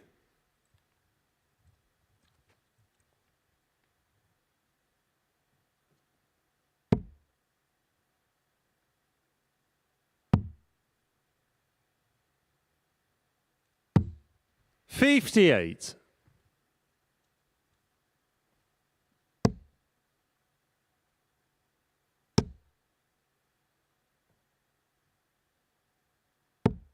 $100. I think Lee Budgeon might be surprised when he comes off. If he wins this match and then looks at the league table, I genuinely think he'll be surprised to see how in it he is. Maybe what he's doing is just looking at the league table, but not looking at the 42. fact of how the fixtures break down, because I think it's the fixtures. I mean, if you look at the league table, you think Lee Budgeon's out. I can see what he'd be looking at there. But it's only when you dig into and look at what the future holds in terms of who's 134. playing who, that you can see how it could actually make a path for Lee Budgeon to get back into this. He faces Fallon Sherrick in the last match of the night. That's the player that he'll be closest to in the group. 60. He also has to play Scott Taylor, who we know hasn't had his scoring boots on. 97.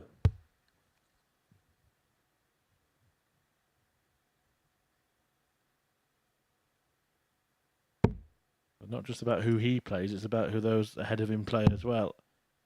And because some of them are playing each other, then one of them is definitely going to lose. 58. Lee required 90. Sean McDonald is in danger of disappearing. This could not be a bigger contrast than what we saw last night from the Scotsman. 50. Again, there on 74, he's gone for a double 17. He played it half safe, didn't he, to be fair, but he's still looking at doing showman shots rather than the business-like style of his opponent. 58. Lee required 40.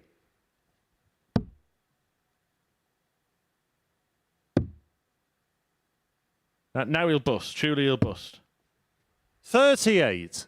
What on earth has he done? He's tried to bust, and he's left double one.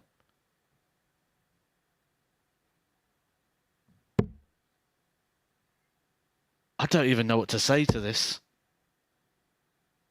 Well, Sean McDonald knows how to respond. 140. Lee required 2.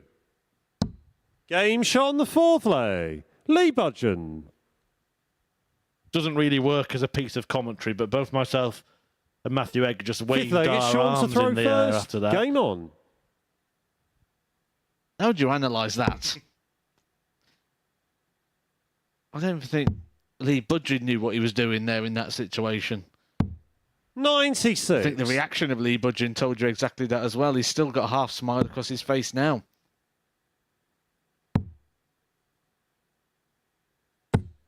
$77. Really odd stuff he's been doing in this match. Well, look, we have seen other players try some of those kind of things. Jose de Sousa goes 3 tops on 120 as a 180. regular shot for him. That's just his MO. But it hasn't been Budgeon's MO up to now. And again, I think it's a sign 58. of almost resignation. He'll change his attitude when he sees the league table after this, should he win the match.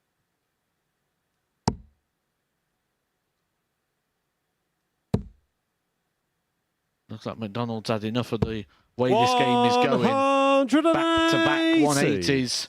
3 180s in the match. Now he's going for bullseyes in the middle of the leg. He might hit them all. 115. Sean, you require 45. Well, if you can forgive him giving up on this leg, can't forgive him giving up on any chance of qualifying when he's got a good chance of qualifying. 37. I think we just look at the whole board from this position and see where's it going to go. We're back on the trebles. 100. Sean, you require 8. McDonald's been missing doubles left, right and centre tonight. I make it 25 he's missed across 2 matches. Game Sean the Finally. fifth leg. Sean McDonald. Finally hits one. And Lee Budgeon thought, see, where is his head at? 6th leg, it's Lee to throw He first. thought it was 3-3. Game on. Or maybe he just thought it was a really good shot at the double 4.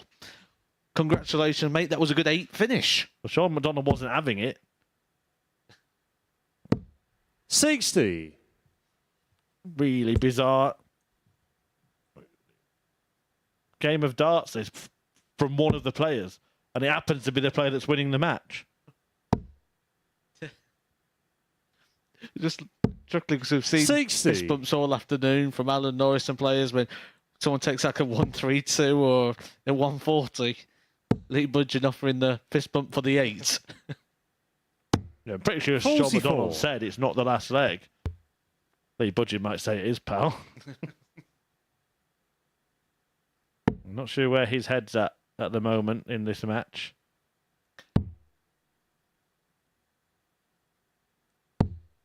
$39. McDonald's not one to break focus, is he, at any given point, however well or badly he might be playing. It's the same steely-faced demeanour, the same due 25. care and attention with every dart. We'll say this though, but we've had an incident in the world of darts that went one step further. Remember Joe Myrne and Andy Hamilton at the World Championship? Yes, I do. I'll allow you to elaborate, but I'm already chuckling inside.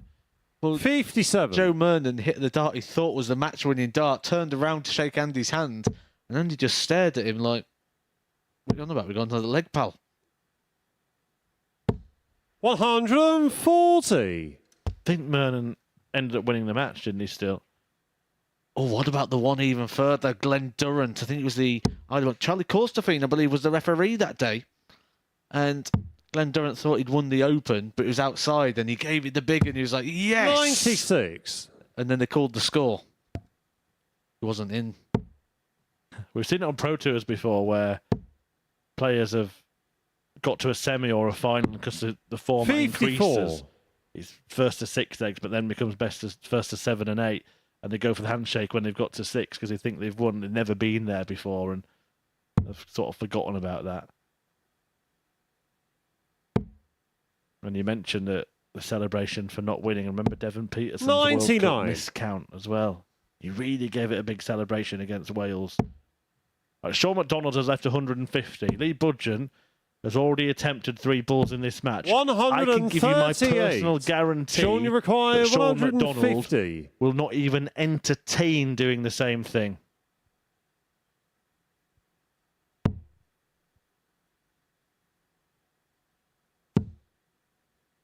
Well, thank goodness he didn't, but 98. he has to hope that Budgeon Lee required does not 40. nail tops.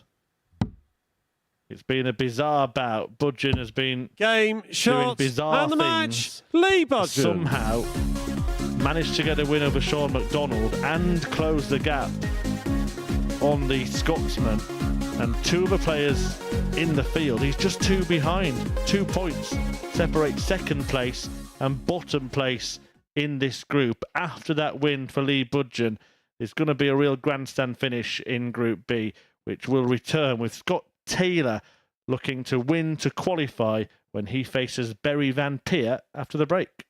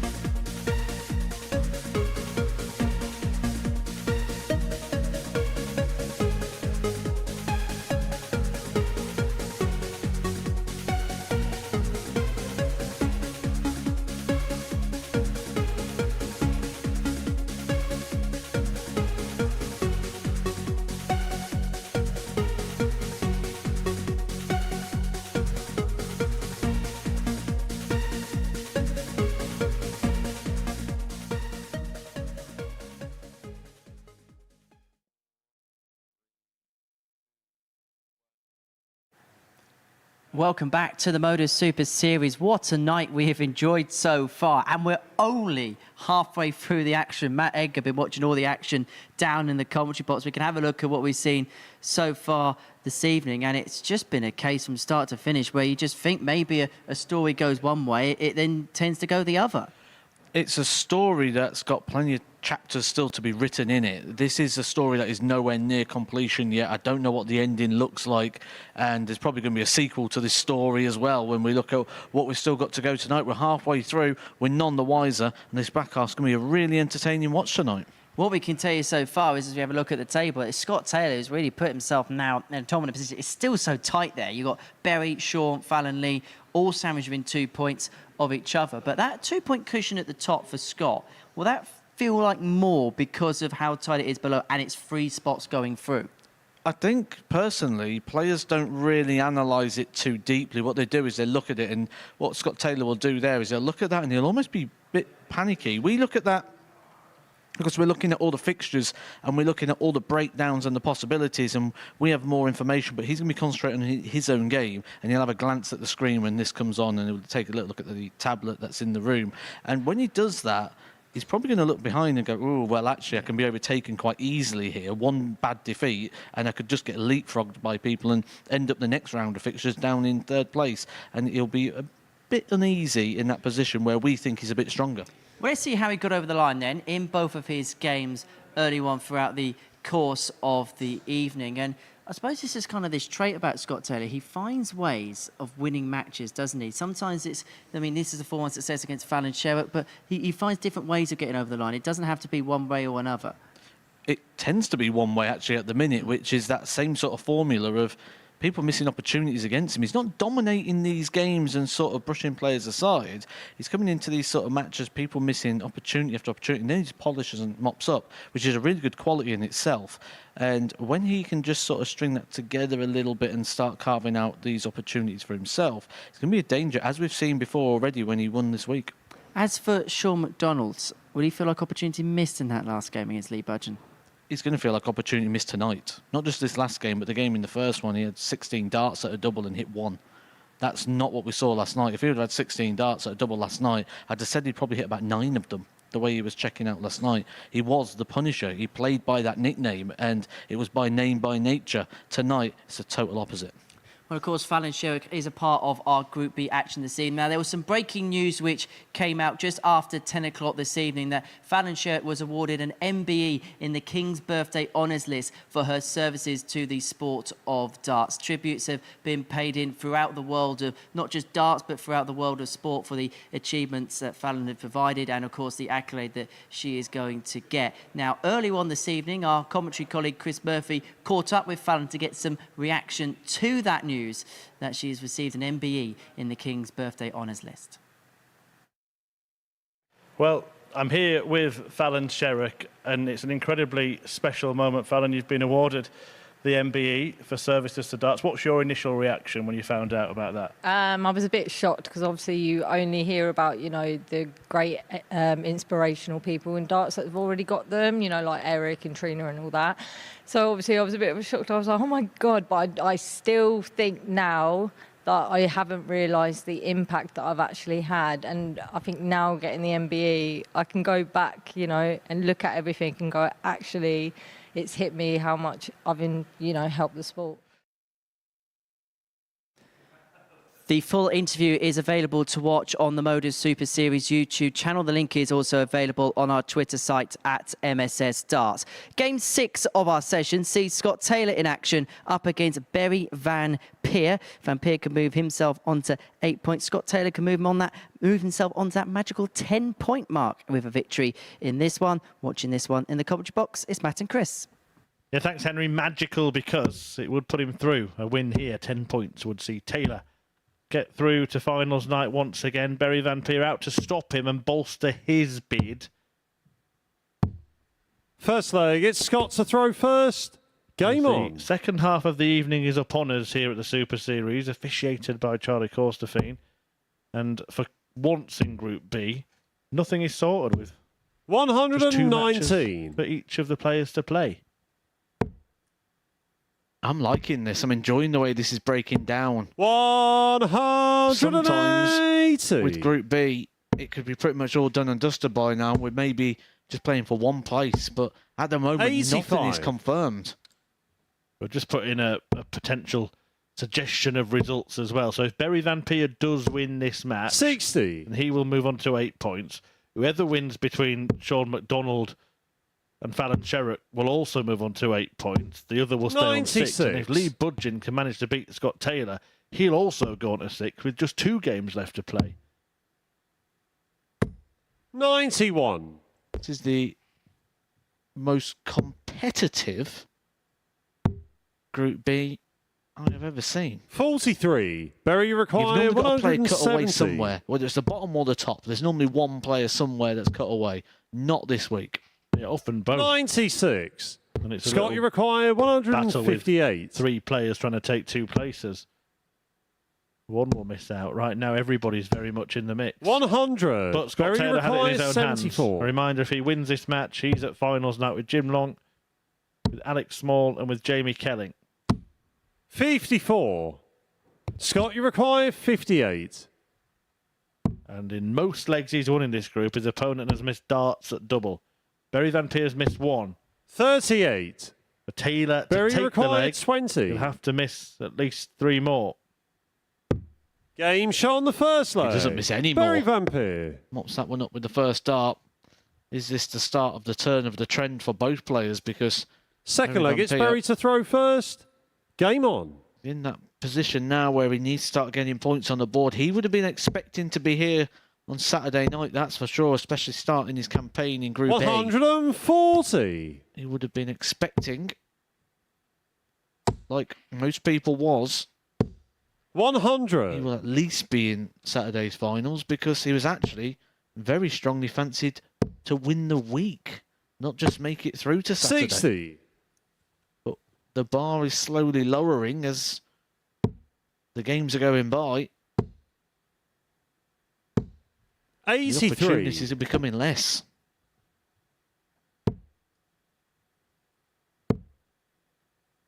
Who knows? If he gets 59. through, whether or not he will turn up and play his best stuff on Saturday, nobody would be surprised by it. Last time he was through on a Saturday, everyone expected him to be the man to get through.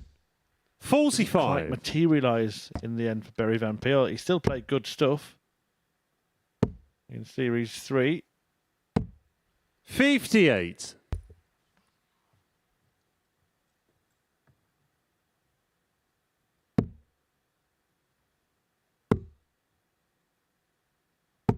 It was 63. a shock semi-final defeat to Justin Hood. 41. They went on to beat Jacob Taylor 4-0 in the final. He really was the joker in the pack that night. A field that included Barry Van Peer and Leonard Gates.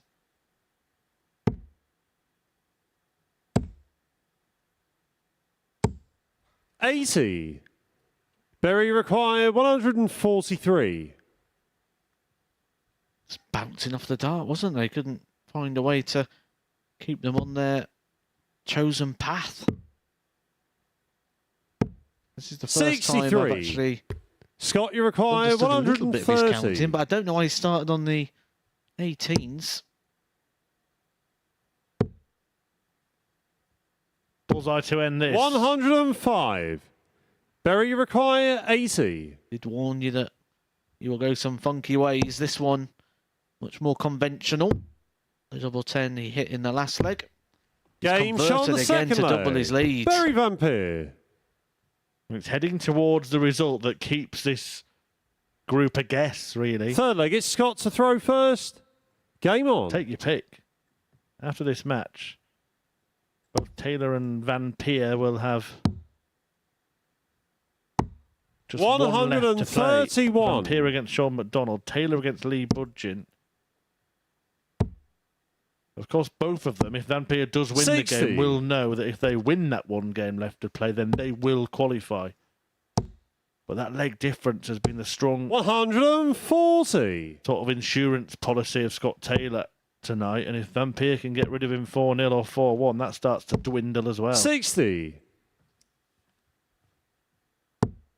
+6, Scott Taylor. The only player in the group 43. with a positive leg difference going into this match.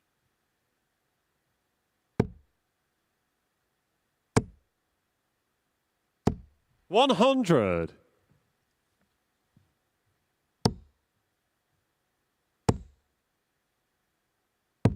$147. This is good.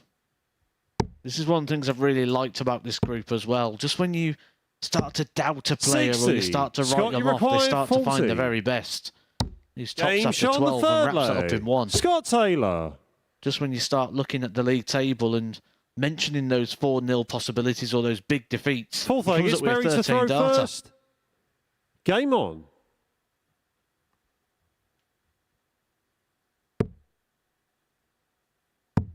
Vampire still in command of the match. 58. He has the darts. He has that advantage. 28. When the pair met in the middle of last night, it was a 4-1 win for Scott Taylor. 134. Hazard a guess at how many darts Berry Vampire missed at double in that one? Lots. 140. The answer is 19. Still average 81.70. 84. Just shows how good the scoring phase of that match was for Berry. He's had players miss against him. 58. 14, 15 and 19 darts.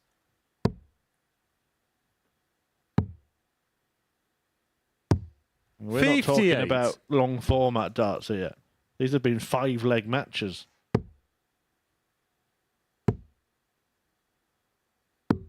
$105. Berry required 167. But that's the thing about darts, isn't it? You have to hit the double to win the leg. You can't just score 83. and score and score and protect. Scott, you require If they miss and 170. you hit, well, you deserve it. And they don't. Yeah, exactly that. All they've 57. been presented with an Berry opportunity. It's required not 84. you shouldn't win it just because you've got a dart at it. It's not a race to who gets to the double first. It's a race to who hits the double first. That's what Scott Taylor's been doing. Bullseye. Game shot on the pitched fourth leg. perfectly Berry by Berry Vampire. Vampire, who is now one away from getting that win. That would put him on the brink of Fifth leg, it's qualification, Scott to throw joining Scott first. Taylor on 8 Game points, but just delaying Taylor's progress, or perhaps worse. 96.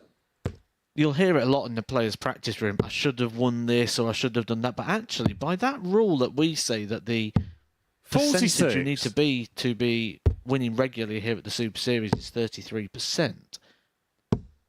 Should we be saying that no player 100. ever should be saying that I should have won that game unless I've had 3 darts to win the I match? think it's the most misused word in this sport. I think the word they mean is could rather than should. 140. They just assume once you get 1 dart for the match that it should have been theirs. And trust me, 138. I too am in this guilty party, as is anybody who's played the game. 45. Scott, you require 167. Didn't go for the 167. That's because 97. Berry Vampire a long way back on the 270. Good sensible play there by Scott Taylor, showing the experience that he's gained throughout the years. 60. Scott, you Some of the require experience 70. coming on the PDC Pro Tour when he won his PDC Tour card.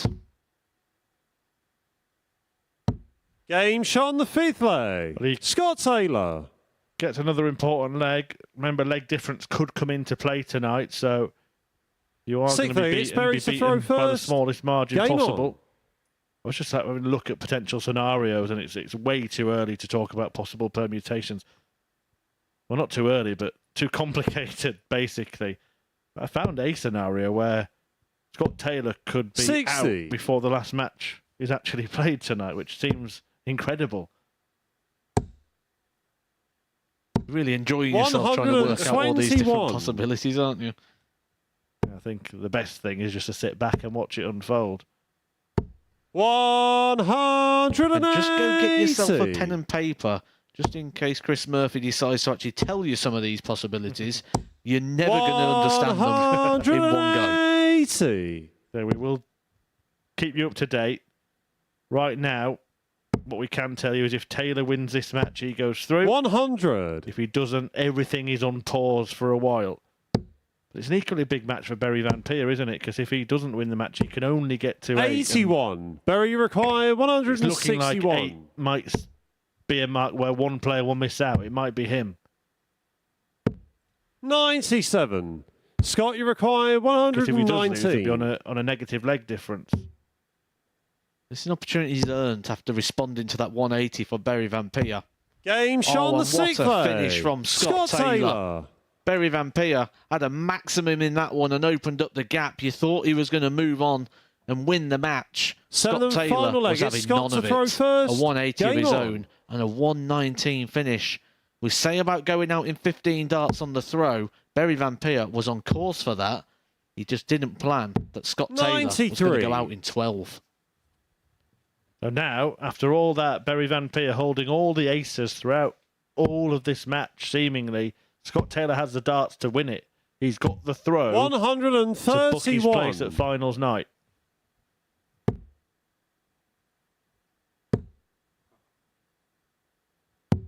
$77.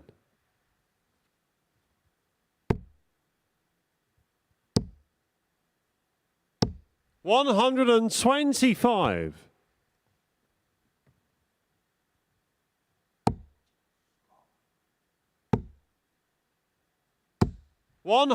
$121. Isn't this the part of the game where the players are starting to get a bit edgy, apparently? A remarkable end, isn't it? To 96. an entertaining encounter. Scott Taylor's producing arguably his best performance of the group all of a sudden. Right when his back was against the wall. 94. Barry required That's not even arguably, it 149. is. Statistically wise and in terms of match play, how he's reacting to certain situations. 95. Scott, you require This would cap it off. 116. He's going to get a dart. That tops for a place at finals night. 96. But that dart has been missed, Barry and now his required opponent 54. will get two. If you think you know how this group's going to unfold, put it all on pause. Because this is about to banana bomb the whole thing. Double 10. And Game, Barry Van shot, Peer and the nails match. it. Barry Van And there Peer. is nothing sorted in Group B still. This is very, very rare at Super Series that nobody's through, nobody is out, and there are only 4 fixtures left to play. Scott Taylor has produced his best performance of the group and ended up losing. It's kind of ironic because in his other wins, he's actually not played too well and taken opportunities. Barry Van Peer took his last dart in hand, double 10. He joins Taylor on 8 points at the top of the table, and this group remains uncertain. Coming up next, Sean McDonald faces Fallon Sherrock.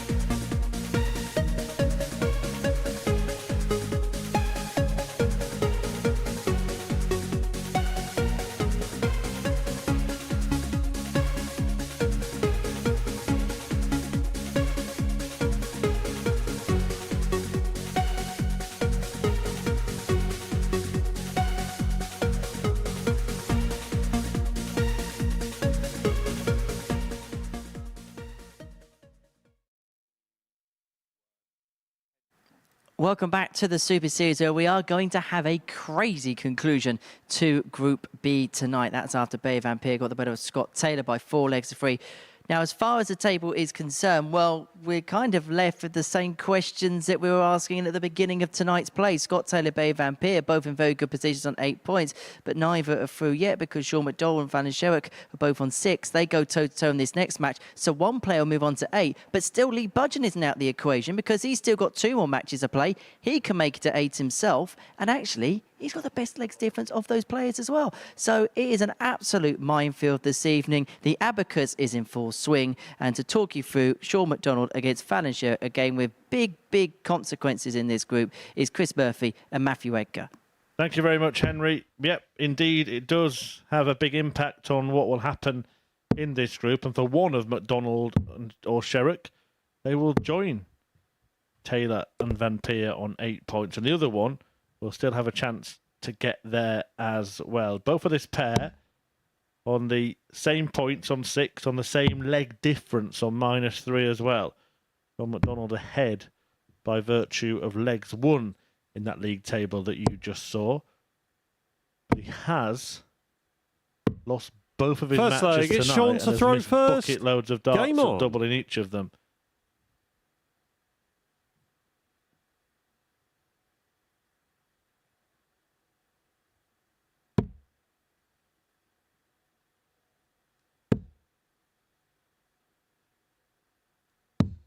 Well, 61. Somebody is going to be in 3rd position based on points. 3rd position is a qualifying position. 140. This is also the game that yesterday saw the upturn in form from Fallon Sherrick. She was a little bit ropey in the first 2, and then the last 2 games, significant improvement. This is the time of night 24 hours ago where she 100. nearly broke 100 average. It was 99.33, and she nearly hit the 9-dart leg. 104.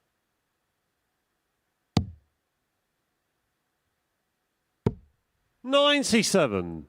Sean, Nice you find there require with that last start. 121. Coming over the top of that one to find the treble 20 and set herself up on 24 after just 12 darts.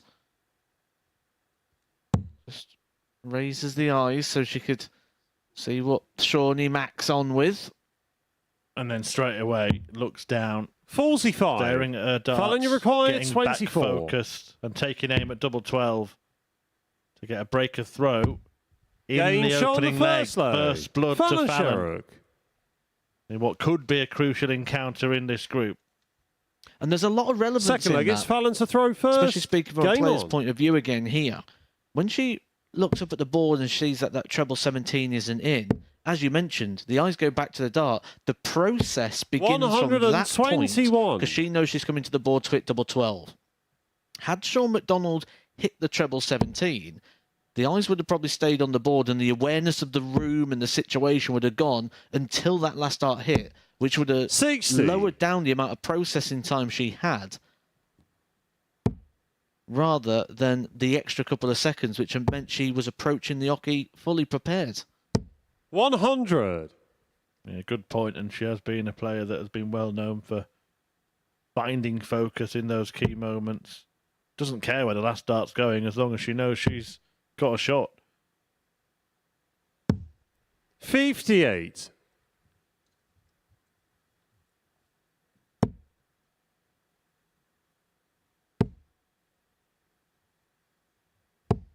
100. She's doing it again. There must be something about this time of night that she just comes alive.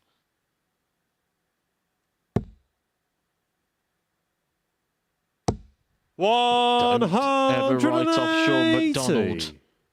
His second maximum of the game, his 10th of the group so far. He is a big hitter of the 180s. 60. Big power scorer. Last night was a big finisher. Not quite been there tonight, just 3 legs won. But he has carved out 29 opportunities at the doubles. Fallon, you require 120.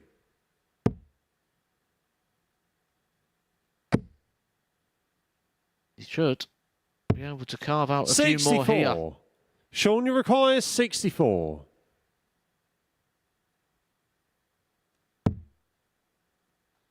Eight or 16. Double it. Game shot on the Better there second from leg. Sean McDonald. Sean McDonald. Torrid time on the doubles throughout tonight. 3 from 29. But Third leg, it's that Sean to is throw in the first. past. Game It's on. all about what happens now. And he has just broke the throwback at the very first time of asking. 180 in that leg gave him the 41. opportunity.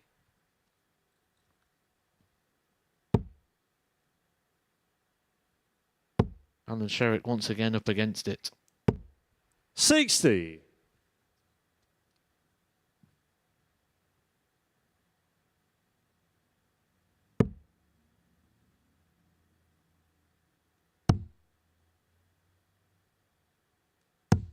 $96. One of the players will move on to 8 points. When you look down, you see Lee Budgeon down at the bottom of the table on 4. You'd think that'd be him done because 3 players on 121. 8 points already. He could only reach 8 points, but the benefit he's got is the fact he's on 0 legs. Harry Van Peer only on +1. Fallon and Shawnee Mack both on -3. 98.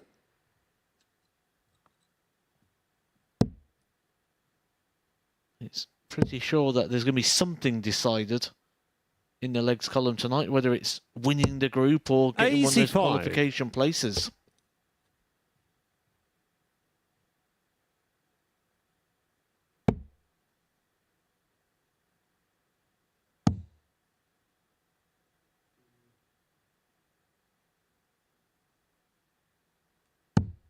$96.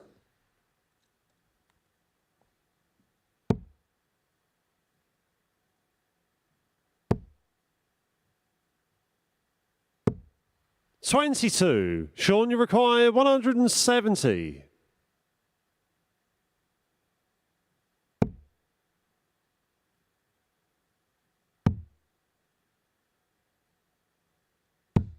$134. Lovely setup play there from Sean McDonald. He's just been chipping away at this leg, finding a treble every visit. And then finds the big 59. double treble Sean, you combination, the require 134. 36. Gives himself 3 darts in hand. Double 18.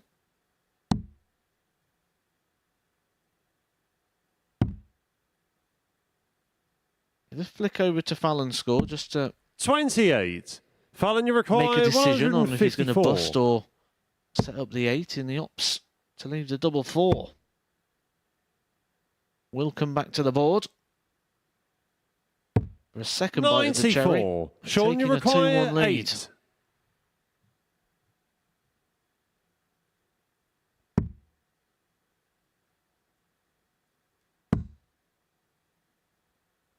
One dart left. 6. And despite the fact he got Fallon, you 1 from require 1 in the 60. last leg, it's gone back to the story of the night for Sean McDonald, which is just constant missed doubles. Game shot on the third leg. And Sherrick Fallon gets Sherrick. ahead. 2-1. Fourth leg, it's Fallon to throw first. Game on.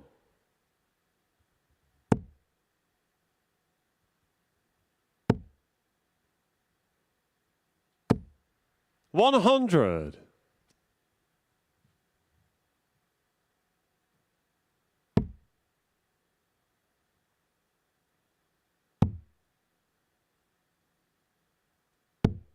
$39.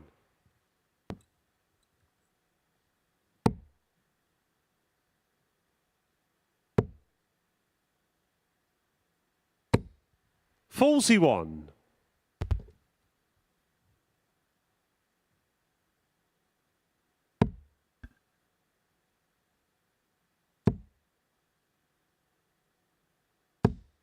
$100.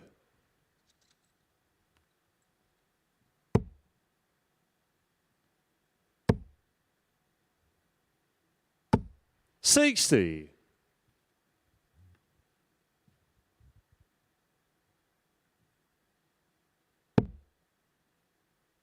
Fallon Sherrock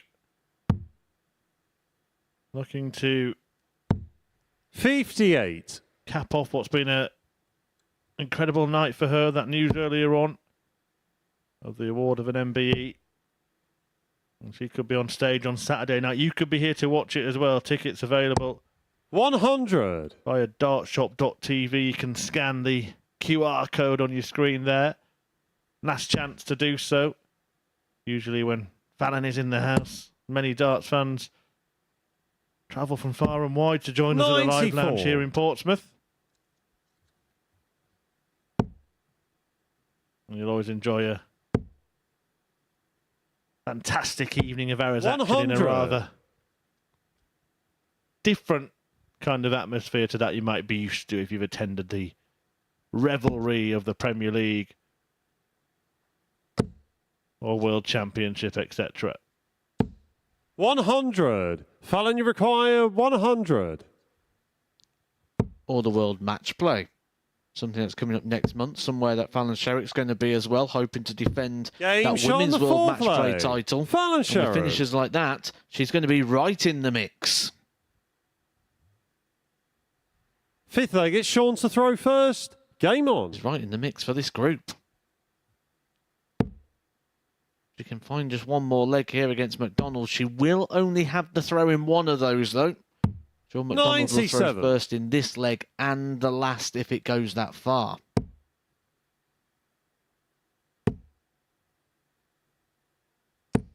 $140.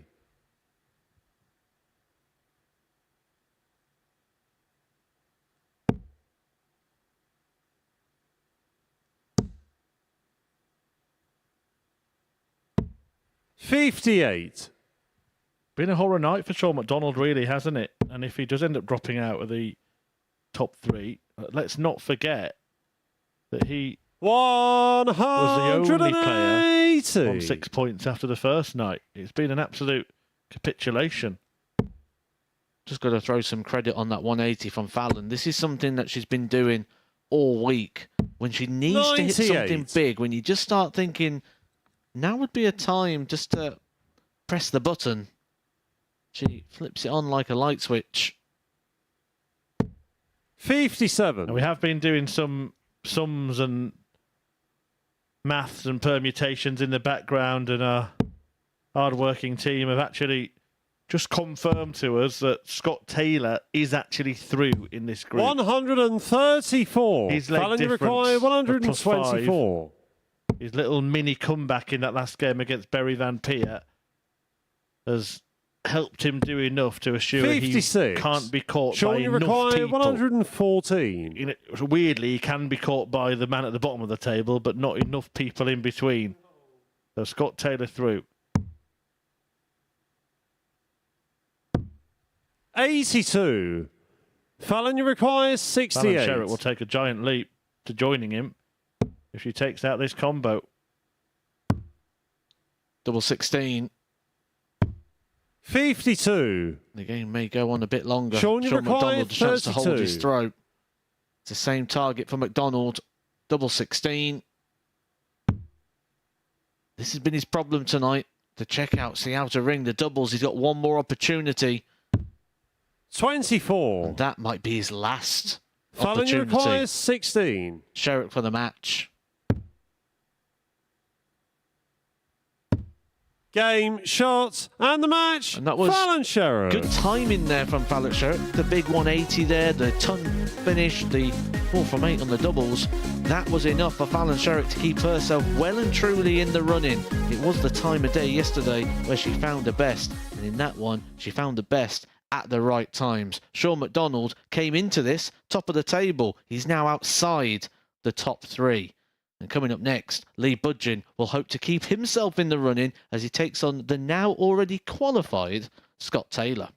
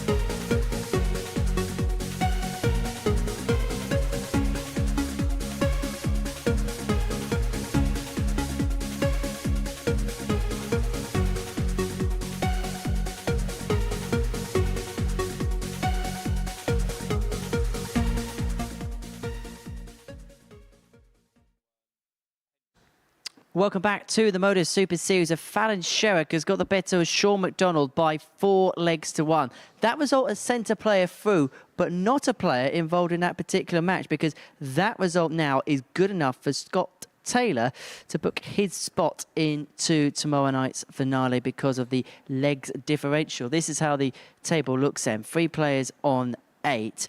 There is possibility, of course, Sean McDonald with one more game to play. He can move on to 8 points, and Lee Budgeon himself can move on to 8 points in this group. It could be one of the tightest Group Bs we've ever seen here at the Super Series. Still high stakes stuff though to go here. And watching this one in the commentary box, it is it's Chris and Matt. Cheers, Henry. Enjoying my time down here with Phil. Nice to spend the evening with you, pal. We're spending the evening watching some fantastic darts tonight. Really gripping action, and we've just been spending that whole break trying to work out the maths. If you've figured it out at home, well done. Congratulations. As congratulations First go to Scott gets Lee Taylor, to throw who first. Game is on. the first player that we know is confirmed to be through to tomorrow night's final from this group. So we've got 4 players out of 6. There's still 2 more positions to play for. 140. And out of the 4 players we've still got active in those places, they all still have a chance to qualify. But 80. The player who's got the least chance of qualifying is the man who started the night top of the table, Sean McDonald. Yeah, we've been looking at it again. We're going to try and get confirmation, but we think he needs to win 4-0 against Bury Van Peer to have any chance of qualifying. And even then, it's quite a slim chance because other results could go against him. That might not be enough. 140. And Lee Budgeon winning this one is one of those results that could go against him. Budgeon, if he wins this, is above Sean McDonald, who will have completed the slide from top to bottom before 57. He's even played his last match.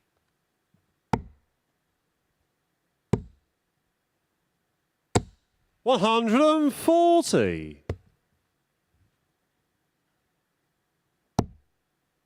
You'll be hoping that Scott Taylor wins this one. That would then eliminate Lee Budgeon from the conversation. 84. Scott, you require 141.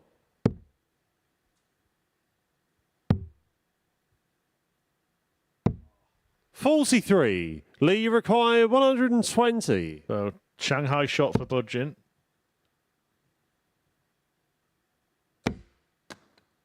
Well, he's bounced out, but where from? 80. Scott, you require The 98. bounce out might have prevented a bust. Good cover there from Scott Taylor. 80. Well, he threw one good dart out Lee, you of the 3. require 40. Lee Budgeon only needs one good dart.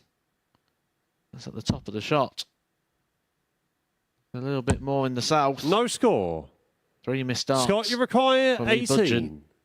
Taylor. It's more of the same. It's the story of his week. 16. Lee, you require 40. Top cent. Game shot on the first to leg. Budgeon. Lee Budgeon. So we think, and again, this is just supposition, but we think Second leg, it's Scott thought he to was throw out at first. one point in the evening. Started doing some strange stuff. Ended up winning that match and would have returned to the practice room to take a 140. close look at the league table and realise that he's very much in it. All of the other players have played 7 matches. He's played 6. He's playing in 2 of the last 3. If he wins them both, 80. because of the leg difference that he's on, that should see him through. In fact, that would see him through, wouldn't it? We have a 54. chance tonight to see something we have never seen, to my knowledge, in a Group B in the Super Series ever. All players could end on 8 points. Yep. Scott, 56. Sean McDonald beats Bury Van Peer. Budgeon wins both of his last matches. That would be the scenario, and everything would be separated on leg difference. And because Budgeon is on 0 now, if he does that, he'd have a positive leg difference, 134. and he would be through.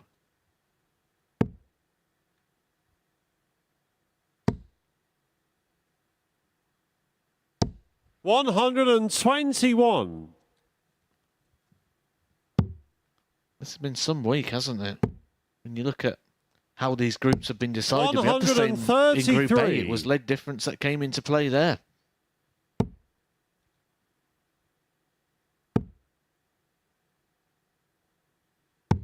$59. Scott, you require 40. Game shot on the second leg. Scott Taylor. Taylor levelling up on tops. We do apologise to fans of Scott Taylor. Third leg, it's Lee to throw first. Backers Game on. Didn't confirm his qualification at the point it happened. Has been very, very complicated this evening. 100.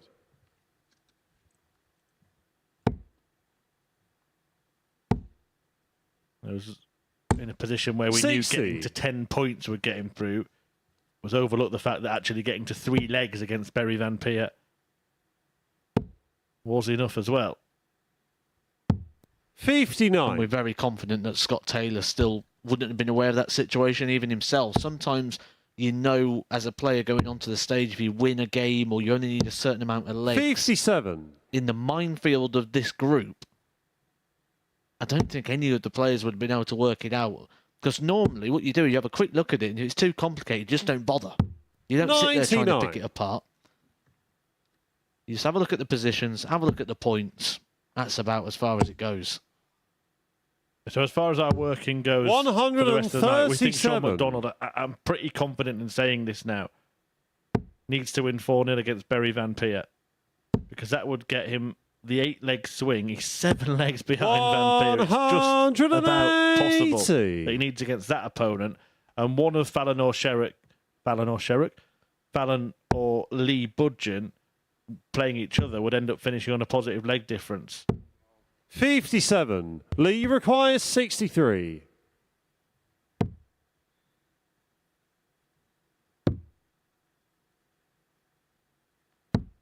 $43.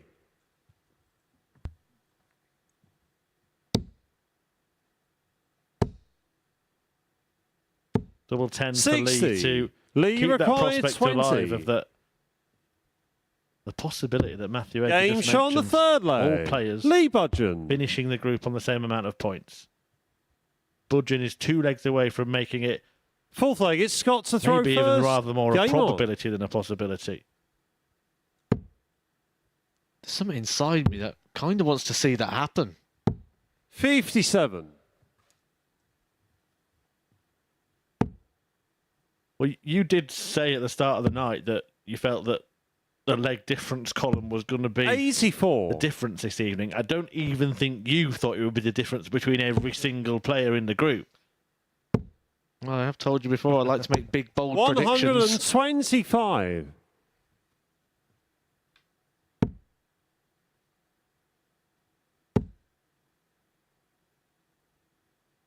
$177. Another maximum visit there for Lee Budgeon to go alongside the 180 he hit in the previous.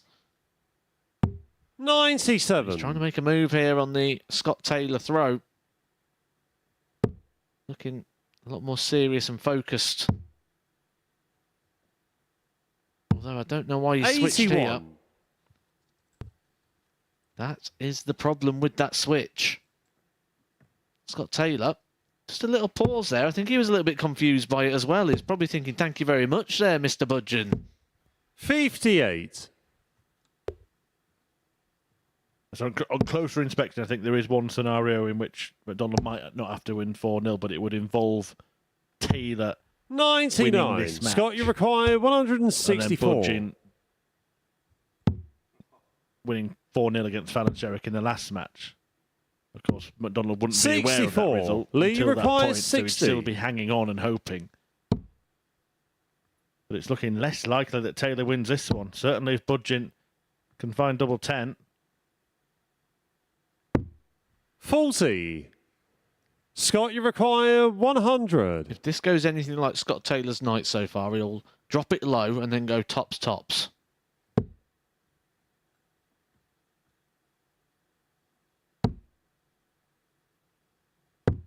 $90. 2 opportunities required there for 20. Scott Taylor to put a bit of resistance up to the Game shot on the scenario of all fourth players leg. finishing on Lee 8 points, but Budgeon. it's still well and truly on track because one of the scenarios was a win for Lee Budgeon. He will now have 2 Fifth leg, opportunities it's Lee throwing to throw first, first. Game on. for which he can get success here and really keep himself in the running.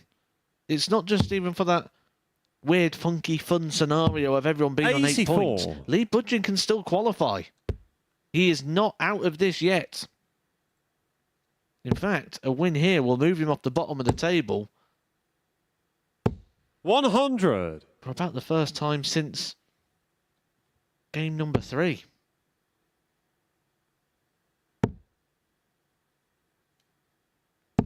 $76.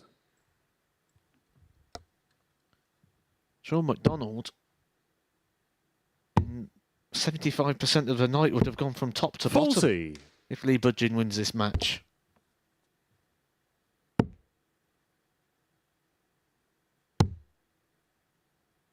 I get the feeling our last match of the 96. night, Fallon Sherritt versus Lee Budgeon, is going to come down to a straight shootout to see who qualifies. Wouldn't that be simple? 60.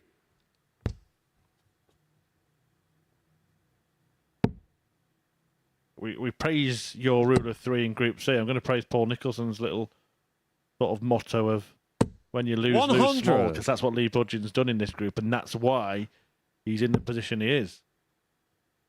Rather than the Scott 83. Sean McDonald. I'm Lee mixing all the required names up now, not just the points and the leg 145. difference, but the names as well. But Sean McDonald has lost big all night tonight, and that's why he's in the mess he's in. 121. In terms of this match, Scott Taylor's in a mess. In terms of the group, it's job done. 140. He may be walking Lee off stage in a requires second, but he can go 24. get himself ready for tomorrow night.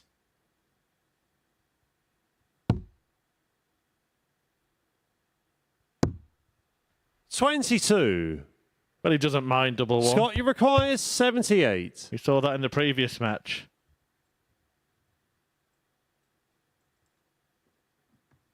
The question is, does he get a go at it? The answer is yes. 38. Lee required 2. Next question, does he hit it? The Game, answer is yes. shot, and the Lee match, Budgeon Lee Budgeon. is very much in this fight for finals night. Scott Taylor, remember, he's already there, but Lee Budgeon now right on the shoulder of the top 3 after beating the league leader. Budgeon, bottom of the table, pretty much all throughout this group, has just now leapfrogged the man who was top of the table going into tonight, Sean McDonald, who is going to need a 4-0 win against Berry Van Peer, or he can wave bye-bye to Saturday's session. That's coming up after the break.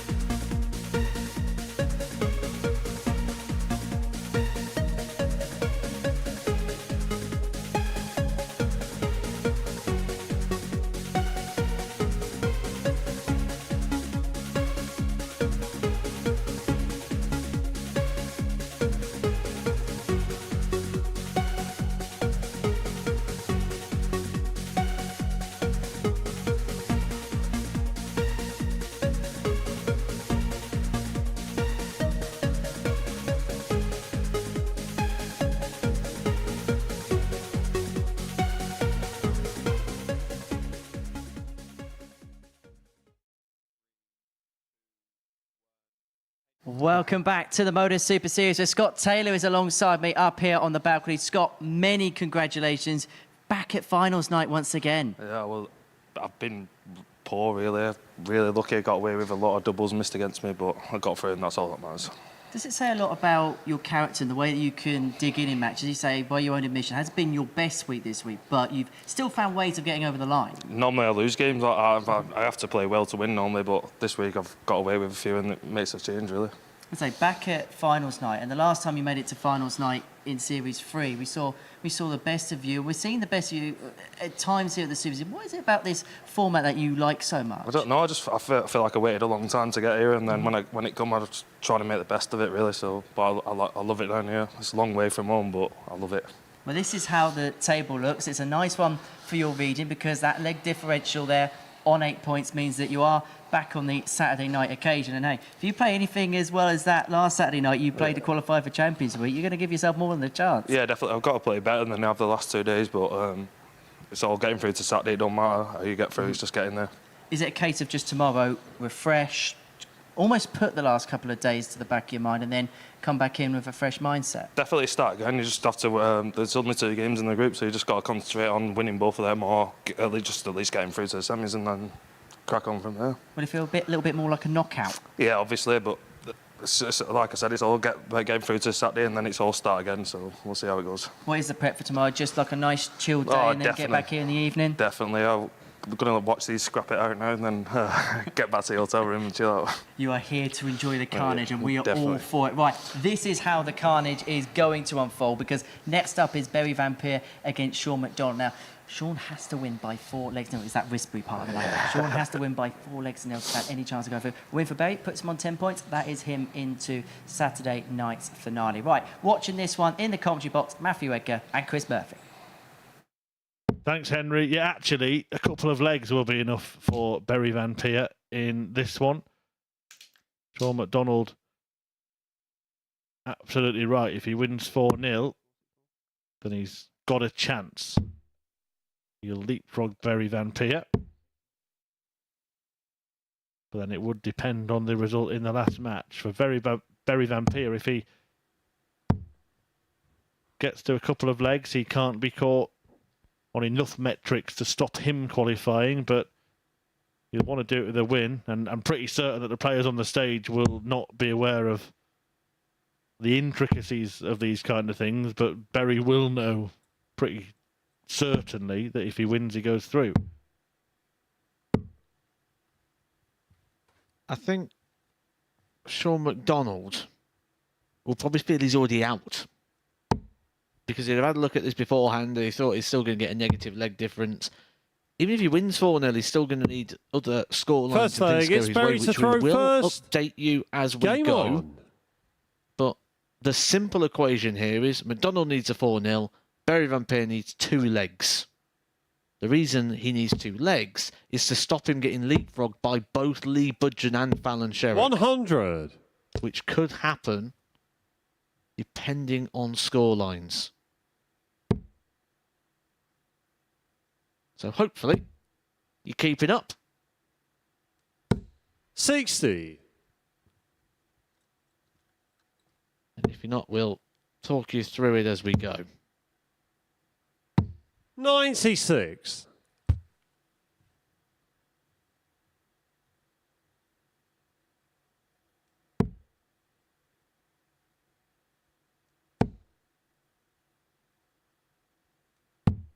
42. This isn't the start that Sean McDonald would have wanted. 2 trebleless visits against the darts of Berry Van Peer. 99. When he's in a position that he needs all the legs. He's already nearly 200 behind.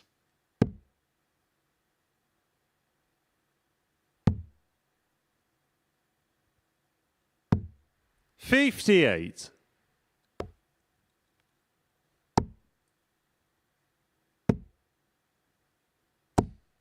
100. It would be easier for him to work out, when it looking at the table, what he needs to do, because it's just leg difference at stake. Points and leg difference. Win the match, of course, is the only way he would have known he could get through. But when he can see that he's 7 legs behind his opponent, he would have pretty much known, I need a Very next win. required I've got to win 106. 4-0. So I'm pretty sure that Sean McDonald knows if this goes, so does he. 70. And there are so many more opportunities coming Berry Vampier's way. McDonald a long way back. Not so much now. 140. Is that Very too required late? 36. To knock Sean McDonald out of the running of the Group B. 27. Sean McDonald's missed a lot of opportunities tonight and presented a lot of gifts to 121. people. He's just had one returned. It's a big ask, 1-2-1. It'll only be a dart of the bull if he can hit the treble 17. It is. What a saviour this would be.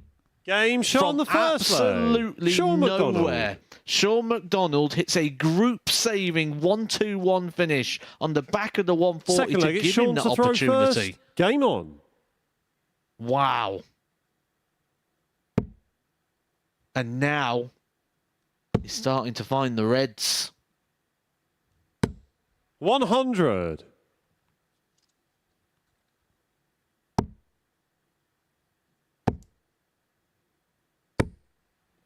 $100. So McDonald needs to get to 4 without reply to keep his hopes alive.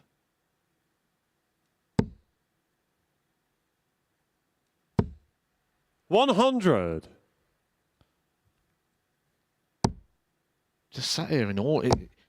That was like watching an 140. Undertaker match in the wrestling. Just when you think he's beat after he's been getting a pummeling and he's got no chance, he just sits up and carries on. Of course, if he did get to 4, that would be Berry Vampire out, wouldn't it? And it would be that straight shootout between Sherrick and 140. Budgeon that you mentioned. So there is a scenario in which McDonald can stay in, but can eliminate Vampire. 125. Sean, you 4-1, he's require not out, but he's 161. dicing with danger. And if he gets to 2, he's through. That's how small the margins are. And we still have the possibility where all players could end the night on 8 points. Berry require 136.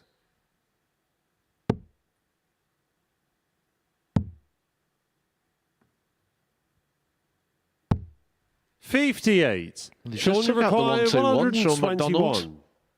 It was a single 20.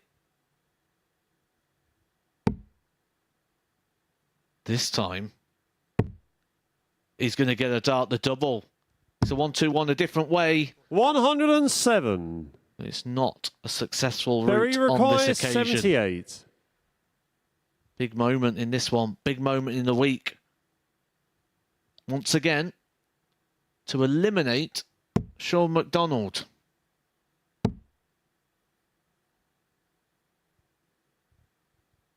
Game shot on the second leg. And that Berry Vampire. is that, and you can see that he knows it. Sean McDonald, well, he would not have expected his night to go this way. He came Third leg, it's Berry to throw into first. Friday night, top of Group Game B. on. He was the only player on 6 points. Sean McDonald, he's still 100. on 6 points. And even if he gets to 8 now, it won't be enough because of the manner of the earlier defeats. Fair play to Sean McDonald there.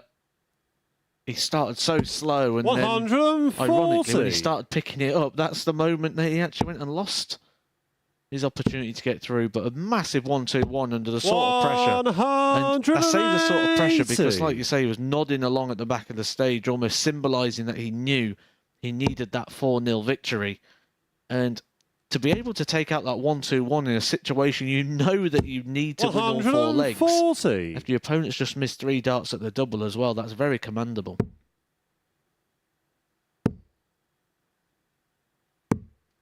$49.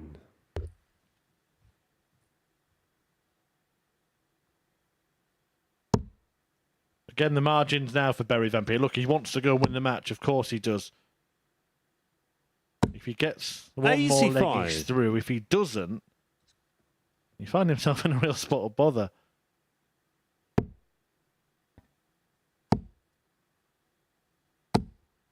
60. Sean, you require 136. After all the complication, we might end up with a very simple scenario. And that is if Berry Van Peer wins one more leg. We do have a straight 96. shootout in the last, so it's Berry just require winner takes it all. 112. Yeah, because Budgeon is behind Fallon Sherrick on points, but ahead on leg difference. So if he were to win that match, he would go through at her expense. 52. Sean, you require 40. Game Sean, the third leg. Sean McDonald. And because of the fact that McDonald's got a couple of legs here, if Sherrick were to win the match, Fourth leg, it's Sean to throw first. Game on. even if Berry Van Peer does win here, he'd still have an opportunity to top the group. 100. Stop it.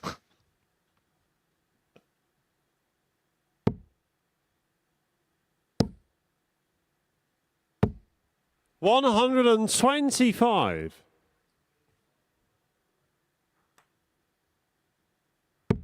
Has been that mad old group, and we still do have Matthew Edgar's little suggestion earlier of 4 players 100. on 8 points.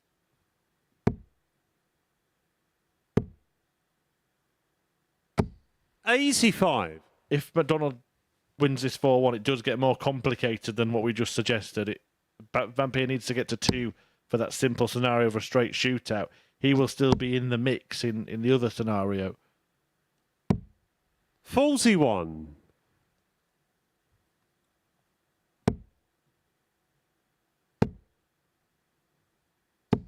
140. He's making his move to get the leg that he needs. Be interesting to see if he does get any sort of reaction, because he has been studying the table all the way throughout this. He's been asking our players Marshall for 125. Berry constant require updates of 151. scenarios.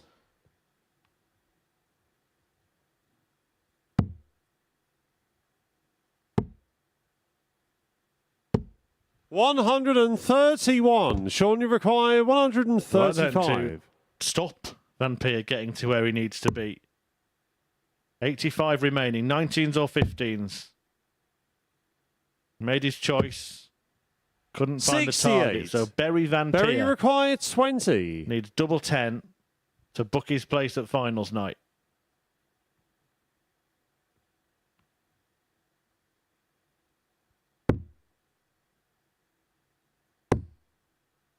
How blocked is it? How blocked is it? Well, he's having a right look around the corner. That tells you everything. Where's he going? He's going to Southampton. 6. And he's not yet going to finals Sean, night you here in require Portsmouth. 67. I didn't like the way the darts lied. They sort of kicked over to the side. Sort of blocked it up a little bit. What a dart from Sean McDonald. This will break Berry Van Peer's heart. 63. A reprieve. Do you think that what you've seen in the last visit Berry and his reaction to required this 14. visit means he does know he needs 2 legs? It's looking like it. We'll find out if he gets this, but he hasn't took this much care and attention over anything till now. Again, an awkward angle. He's gone to the right. He's not going to take 10. Sean, you require 4. Sean McDonald is going down. He's got a chance to take Berry Van Peer down with him. Game Sean, the fourth leg. Sean McDonald. Wow.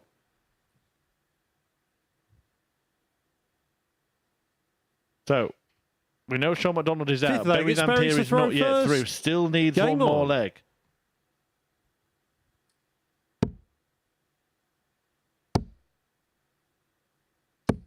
$100.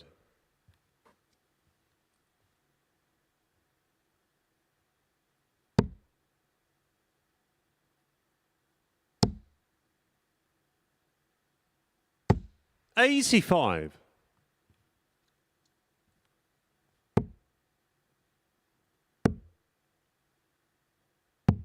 78.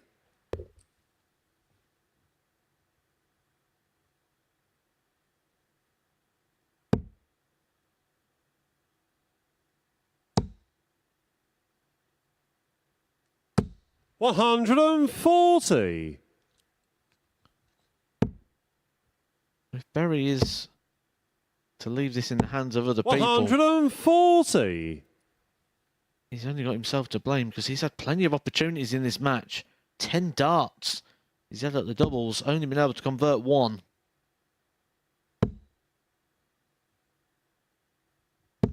This has 55. been a fine effort, really, from Sean McDonald. When you think he had to come up here and get a 4-0 victory, you'll be wondering where this sort of performance has been all night. Because even if he could just got a couple more legs at times, he would have 95. been in a much more reasonable position. Can he pile more pressure on Berry Van Peer? Must be strange being in a darts match where you actually don't need to win the match. You just get to a certain point. Wonder if sometimes knowing that can 100. be too much of a distraction. Berry require 88. The arm goes heavy. And look what McDonald's left. 1-2-1. But Van Peer's got 2 at double 14. 60. And he's missed 2 at the target. And McDonald, Sean, you who require opened this encounter 121. with a stunning 1-2-1 checkout, could produce another one to leave Berry Van Peer waiting. Not to be. 3 more for Van Peer 57. to get to Berry where he needs to required be. 28.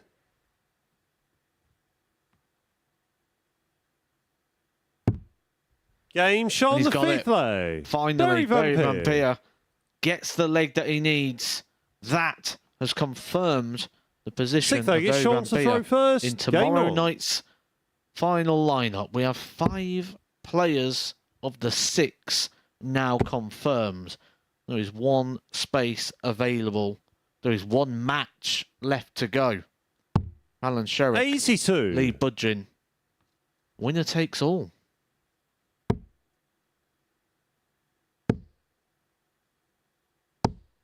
$45.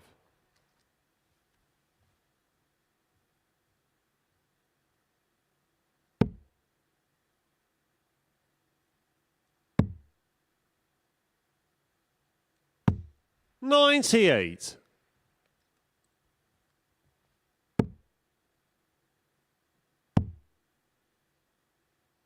And remember, if 96. McDonald goes on to win this leg, despite being eliminated, he will join the already qualified pair of Taylor and Van Peer on 8 points, and Fallon Sherrick, meaning if Budgeon wins the last match, we will, 57. by my recollection, for the first time, pretty sure it is for the first time, having a group where all the players finish on the same points.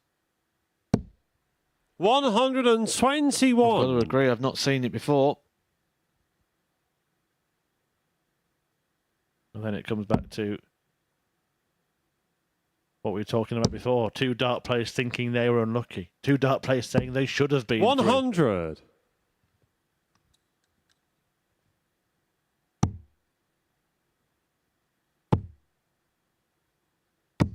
$133. Sean, you require 164. Some way to exit the Super Series.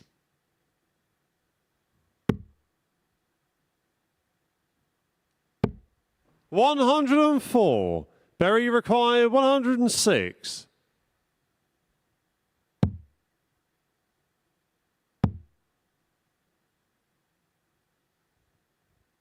He is puzzling, isn't he, Berry? Just going to give you one last little note now, because this is quite funny. Remember who was bottom last 74. night coming into tonight? Sean, you require 60. Lee Budgeon. If he wins his last match, that's if McDonald wins this one, he'll top the group. This is a guy who thought he was out. Game, shot, McDonald and the match. Has Sean won the McDonald. match, so that's a very real possibility. It's a kind of shallow victory for Sean McDonald. It doesn't result in him qualifying for finals night. Berry Van Peer getting to 2 legs has secured that spot for him. So the man who has been beaten is the winner in that one, and the winner in the next one will go through along with Scott Taylor and Berry Van Peer. It's Fallon Sherrick against Lee Budgeon coming next.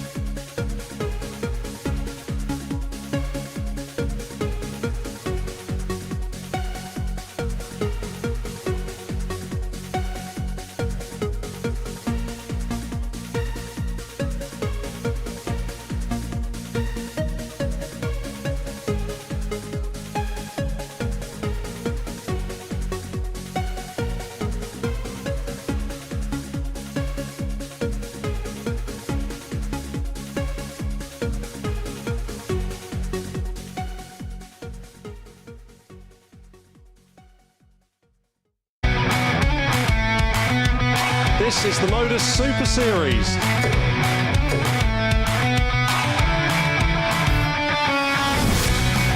$180.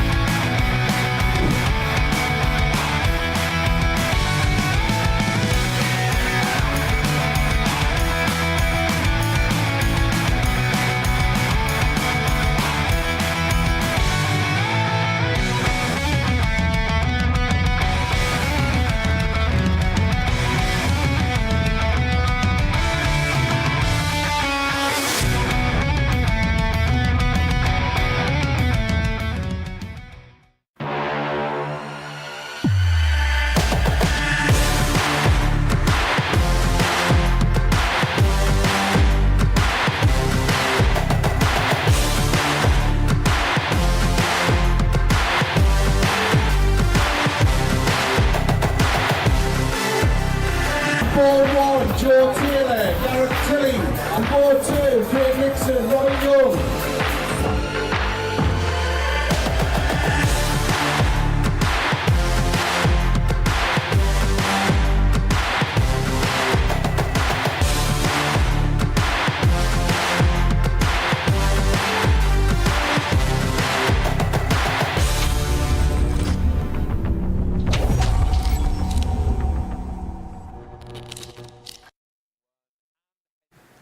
Welcome back to the MODUS Super Series where Barry Van Peer is alongside me up here on the balcony. Many congratulations through to tomorrow night's final. How would you assess on your week here at the Super Series?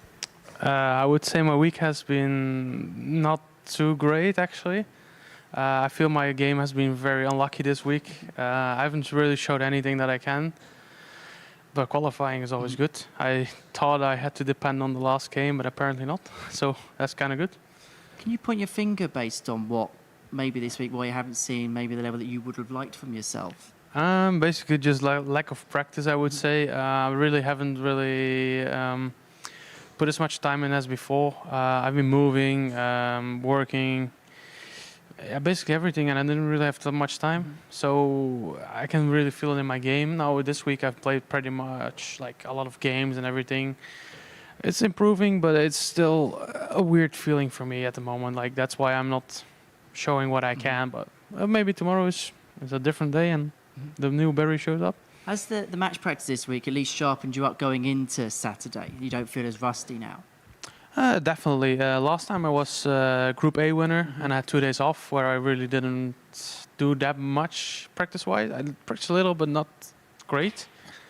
And it really kind of threw me off, and my opponents actually had like the rhythm of the match during those days. And I kind of felt that, so it's not good. There was a key point in your evening. It was against Scott Taylor. He actually missed darts himself to qualify through to the finals himself. And then, have a look on that monitor here, then you pick up the pieces, you win 4-3. How crucial was that for you, do you feel, in the end? Well, yesterday I had 1 out of 20 on doubles against him, so I was like, oh, I have to pay you back for that one. Like, that he missed doubles was great for me, but I don't know, just at the end of the game I was playing well. It's just very tough. I didn't really have the grip on my darts, so in the end of the games I changed shafts and just try those ones because they have a little bit more grip, but I'm not satisfied. But it really helped me that. So going into tomorrow night's final, you've been into a Saturday night before. Is it a feeling, because you've done so much and you've won so much, you've had so many big prizes in 2023, do you feel like this is one you feel as if you've got to tick off the list, a Saturday night here? Maybe, but at the same time I don't really put that much pressure on myself to win something like this. Of course, it's always nice to get in the final or at least the semi-final as well. And winning would be the biggest bonus, of course, but it's not like a must on my list, but I would actually want to win it. Just not too much pressure on myself, and we'll see where it goes. There will be a nice crowd maybe, and maybe I'll actually show what I can do.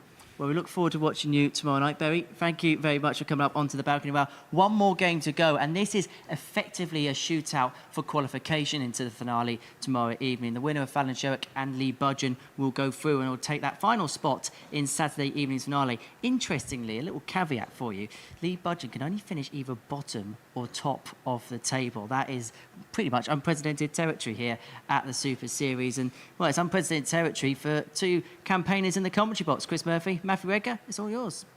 Yeah, thanks very much, Henry. It's ended up in a straight shootout, but is that bizarre one where the winner of the match will top the table, the loser won't qualify for finals night at all? Lee Budgeon never really looked like qualifying for finals night. There were times when he never thought it was possible he could qualify for finals night on the evidence of some of his antics in the middle of the evening. But here he is, knowing a win.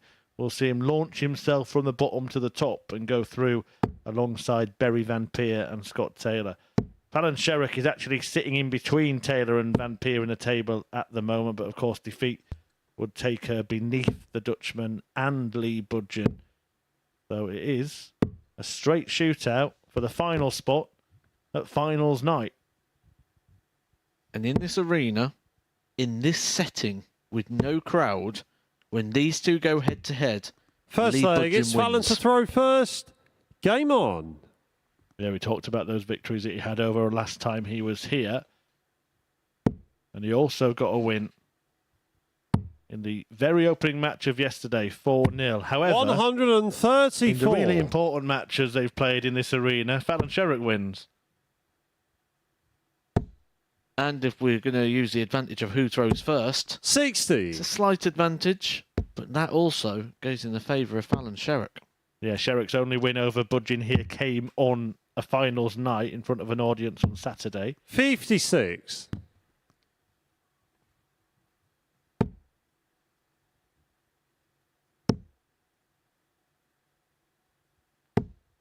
$60. But after the counting of all the abacus beads, etc., fingers and toes tonight, it just comes down to 43. win and you're in, lose and you're out.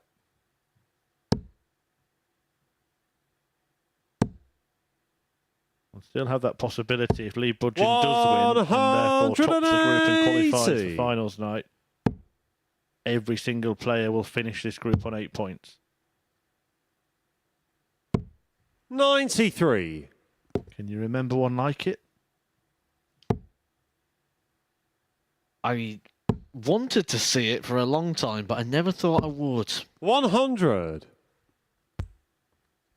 Just because something's possible doesn't mean it's going to ever happen. Still might not. 137. Lee require 101.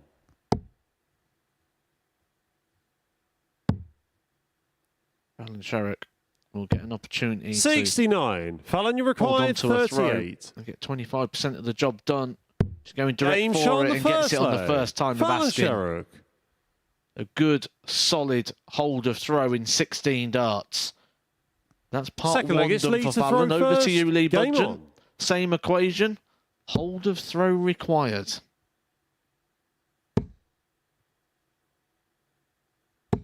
$60.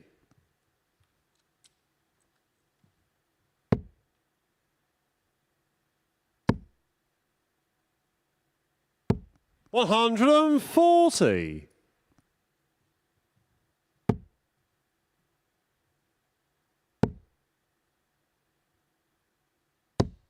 $123. That is a great first start for Fallon, just to follow that in. You just knew it. 180. Sometimes the way the darts just sit in the board, they're almost sitting there saying, give me a bit more. 58. She's putting herself in a strong position. It would cap off what's been a magnificent night for her. 59. Well, she hit 5 treble 20s out of her first 6 darts. That's how you put an attack in on the Lee Budgeon throw. He needs a treble here. 56. Can't find one. Fallon, you require 122. So Fallon She's got 6 starts at this. She doesn't have to go for the bull if she gets the treble. That's a long way off. Bit of a pull. Just held onto the dart for far too long. 82. What a recovery.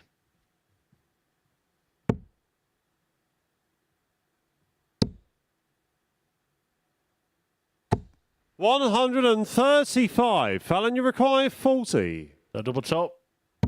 Game shot on the second leg. Fallon Sherrock. She's halfway there. On top of the world at the start Third of the leg, night it's when Fallon the to throw announcement was first. made. Game on. But Fallon Sherrock receiving that MBE.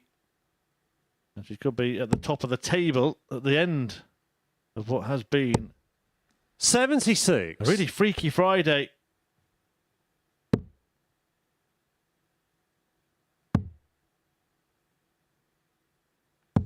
$96.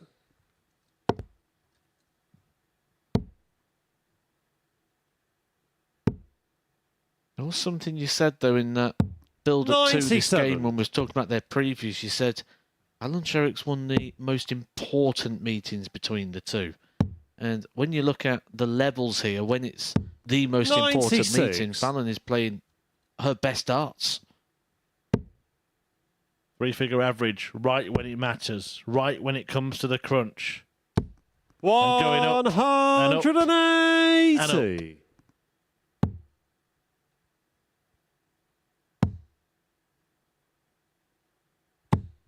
$171. Fallon, you require Response. 148.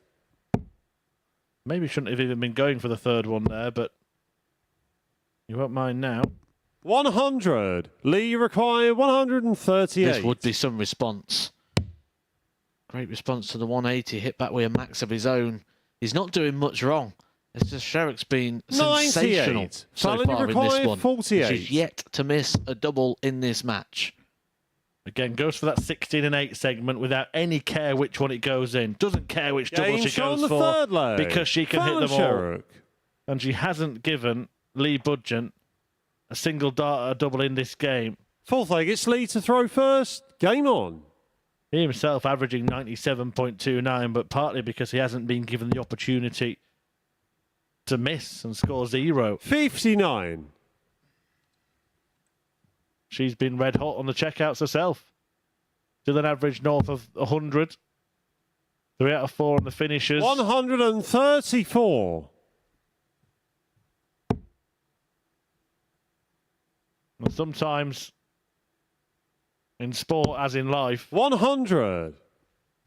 there comes a time when you sink or swim.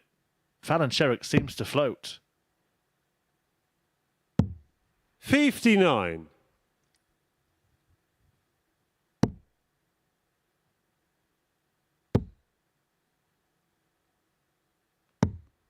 $141.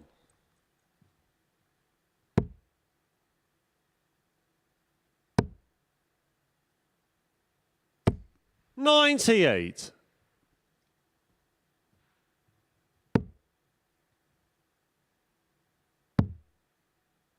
No treble here, and Fallon Sherrock might fancy getting the job 58. done in this leg.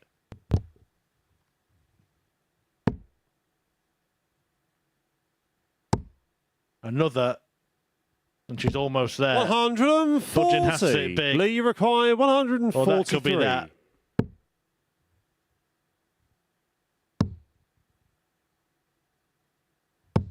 $96. Fallon, you require 70. It's one dart to seal an emphatic win. 50. Lee, you Would have require secured 47. Sherrock's spot in Saturday's session. Does Budgeon breathe again? Last chance. 31. He doesn't take the chance.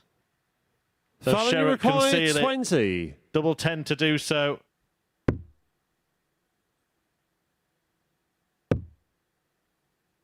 Double 5. 10. Lee, you require 60. She was 3 out of 4. But now she's missed 4 for the match.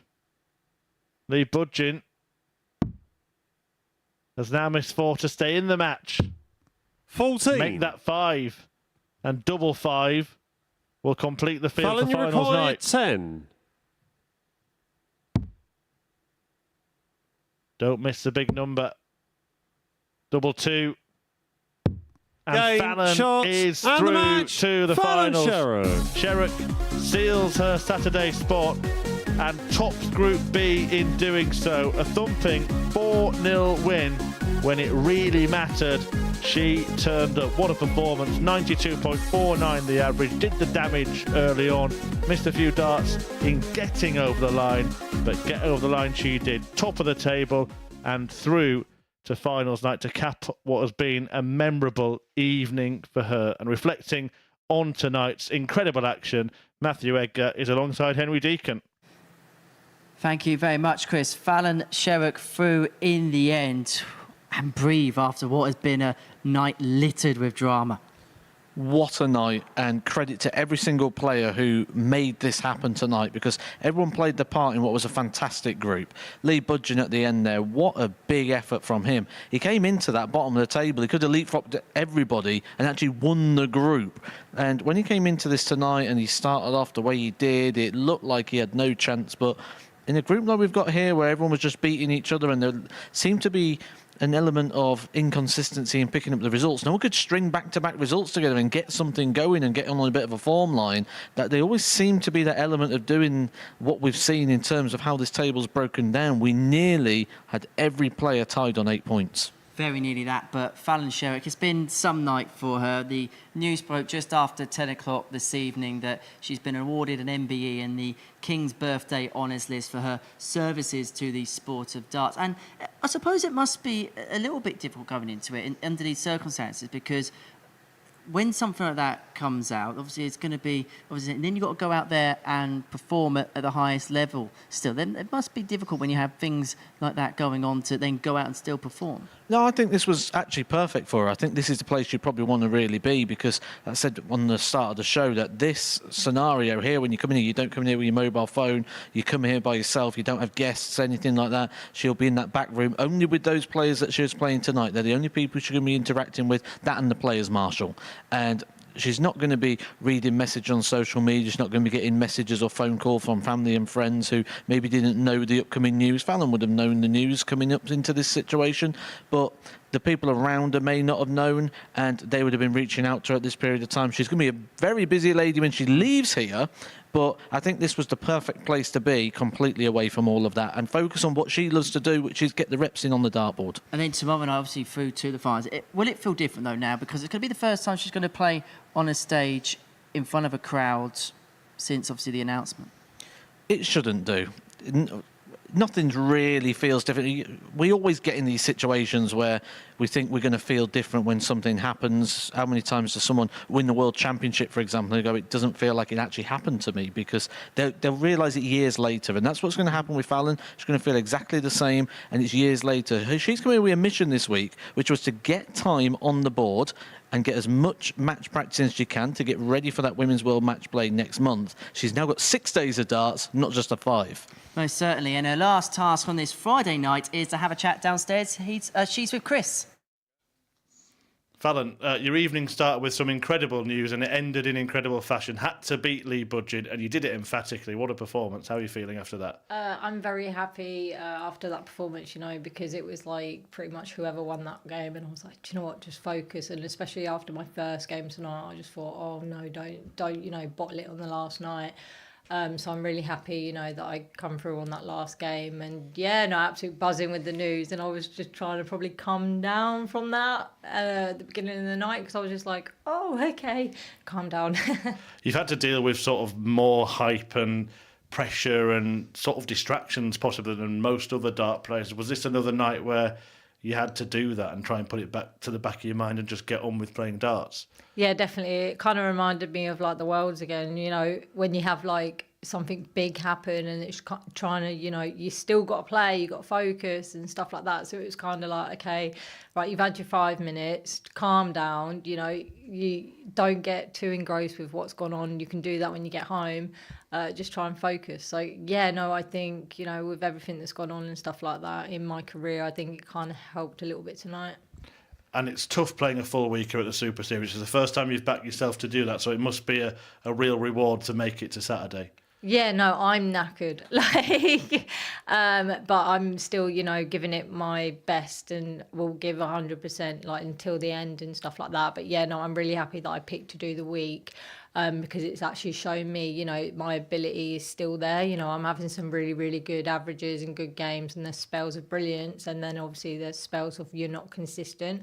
So now I know obviously what I need to work on and stuff, and I can progress throughout the year now. Well done. We'll see you tomorrow. Thank you.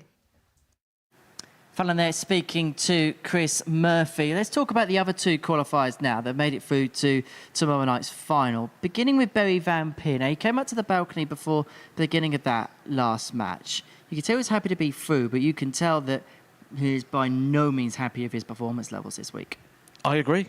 I've agreed all week. He's got through. He's done the minimum task. Who knows what will happen tomorrow? He might find the Barry Van Peer that's been playing well sort of all, season, really. It's not been this week. The week won't define his year, but it might be something he can add onto his year, because I wouldn't be surprised to see Barry Van Peer turn up and play as well as he has been throughout the year and actually win the title tomorrow. As for Scott Taylor, last time we saw him at finals night here at the Live Lounge in Series 3, he put in his best performances of the week. They averaged 109 in the finals. So, okay, again, I think another player who possibly wasn't overly pleased with his performance over 2 days, but you go into Saturday night, he's got good experiences on that stage. I don't think I've ever known a Saturday night like it, where we've got so many players going through like almost disappointed to be going through. They've came here to get to Saturday, they're in Saturday, but they're more worried about the performance rather than the results. There's one guy who's not in that situation, Jim Long. And he's had a couple of days rest as well. So let's see what's happening then tomorrow and see the breakdown of the two groups. Group 1, Jim Long, Jamie Kenning, Scott Taylor. But I think the eyes are instantly drawn on Group 2. Alex Small, Fallon Sherrock, Barry Van Peer. That's going to be fast. That's going to be furious. That's going to be hard to separate. It's going to be a very entertaining night. We've not been able to really separate any of these groups. Leg difference has come into play tonight. It came into play on Wednesday and pretty much on Group C as well. It's been a very, very tight group. There's not really been a front runner in terms of dominating the wins. But again, I'm going to bring the guy up again, because when we're looking at the line of performance and we're looking at the sheer ability and the quality that they have shown so far, it's Jim Long again. All signs are pointing that way. See you on that stage tomorrow night for the finals. It's going to be an interesting evening. We are most certainly looking forward to it. So I hope you can spend your Saturday night with us. Make it a day. 7:30 we begin on the Super Series YouTube channel before going live on Sporty Stuff TV from 10 p.m. Well, what a night it has been for Fallon Sherrock, awarded an MBE in the King's Birthday Honours List for her services to the sport of darts, and then here at the Super Series, sealing her place on Saturday night. Bye-bye.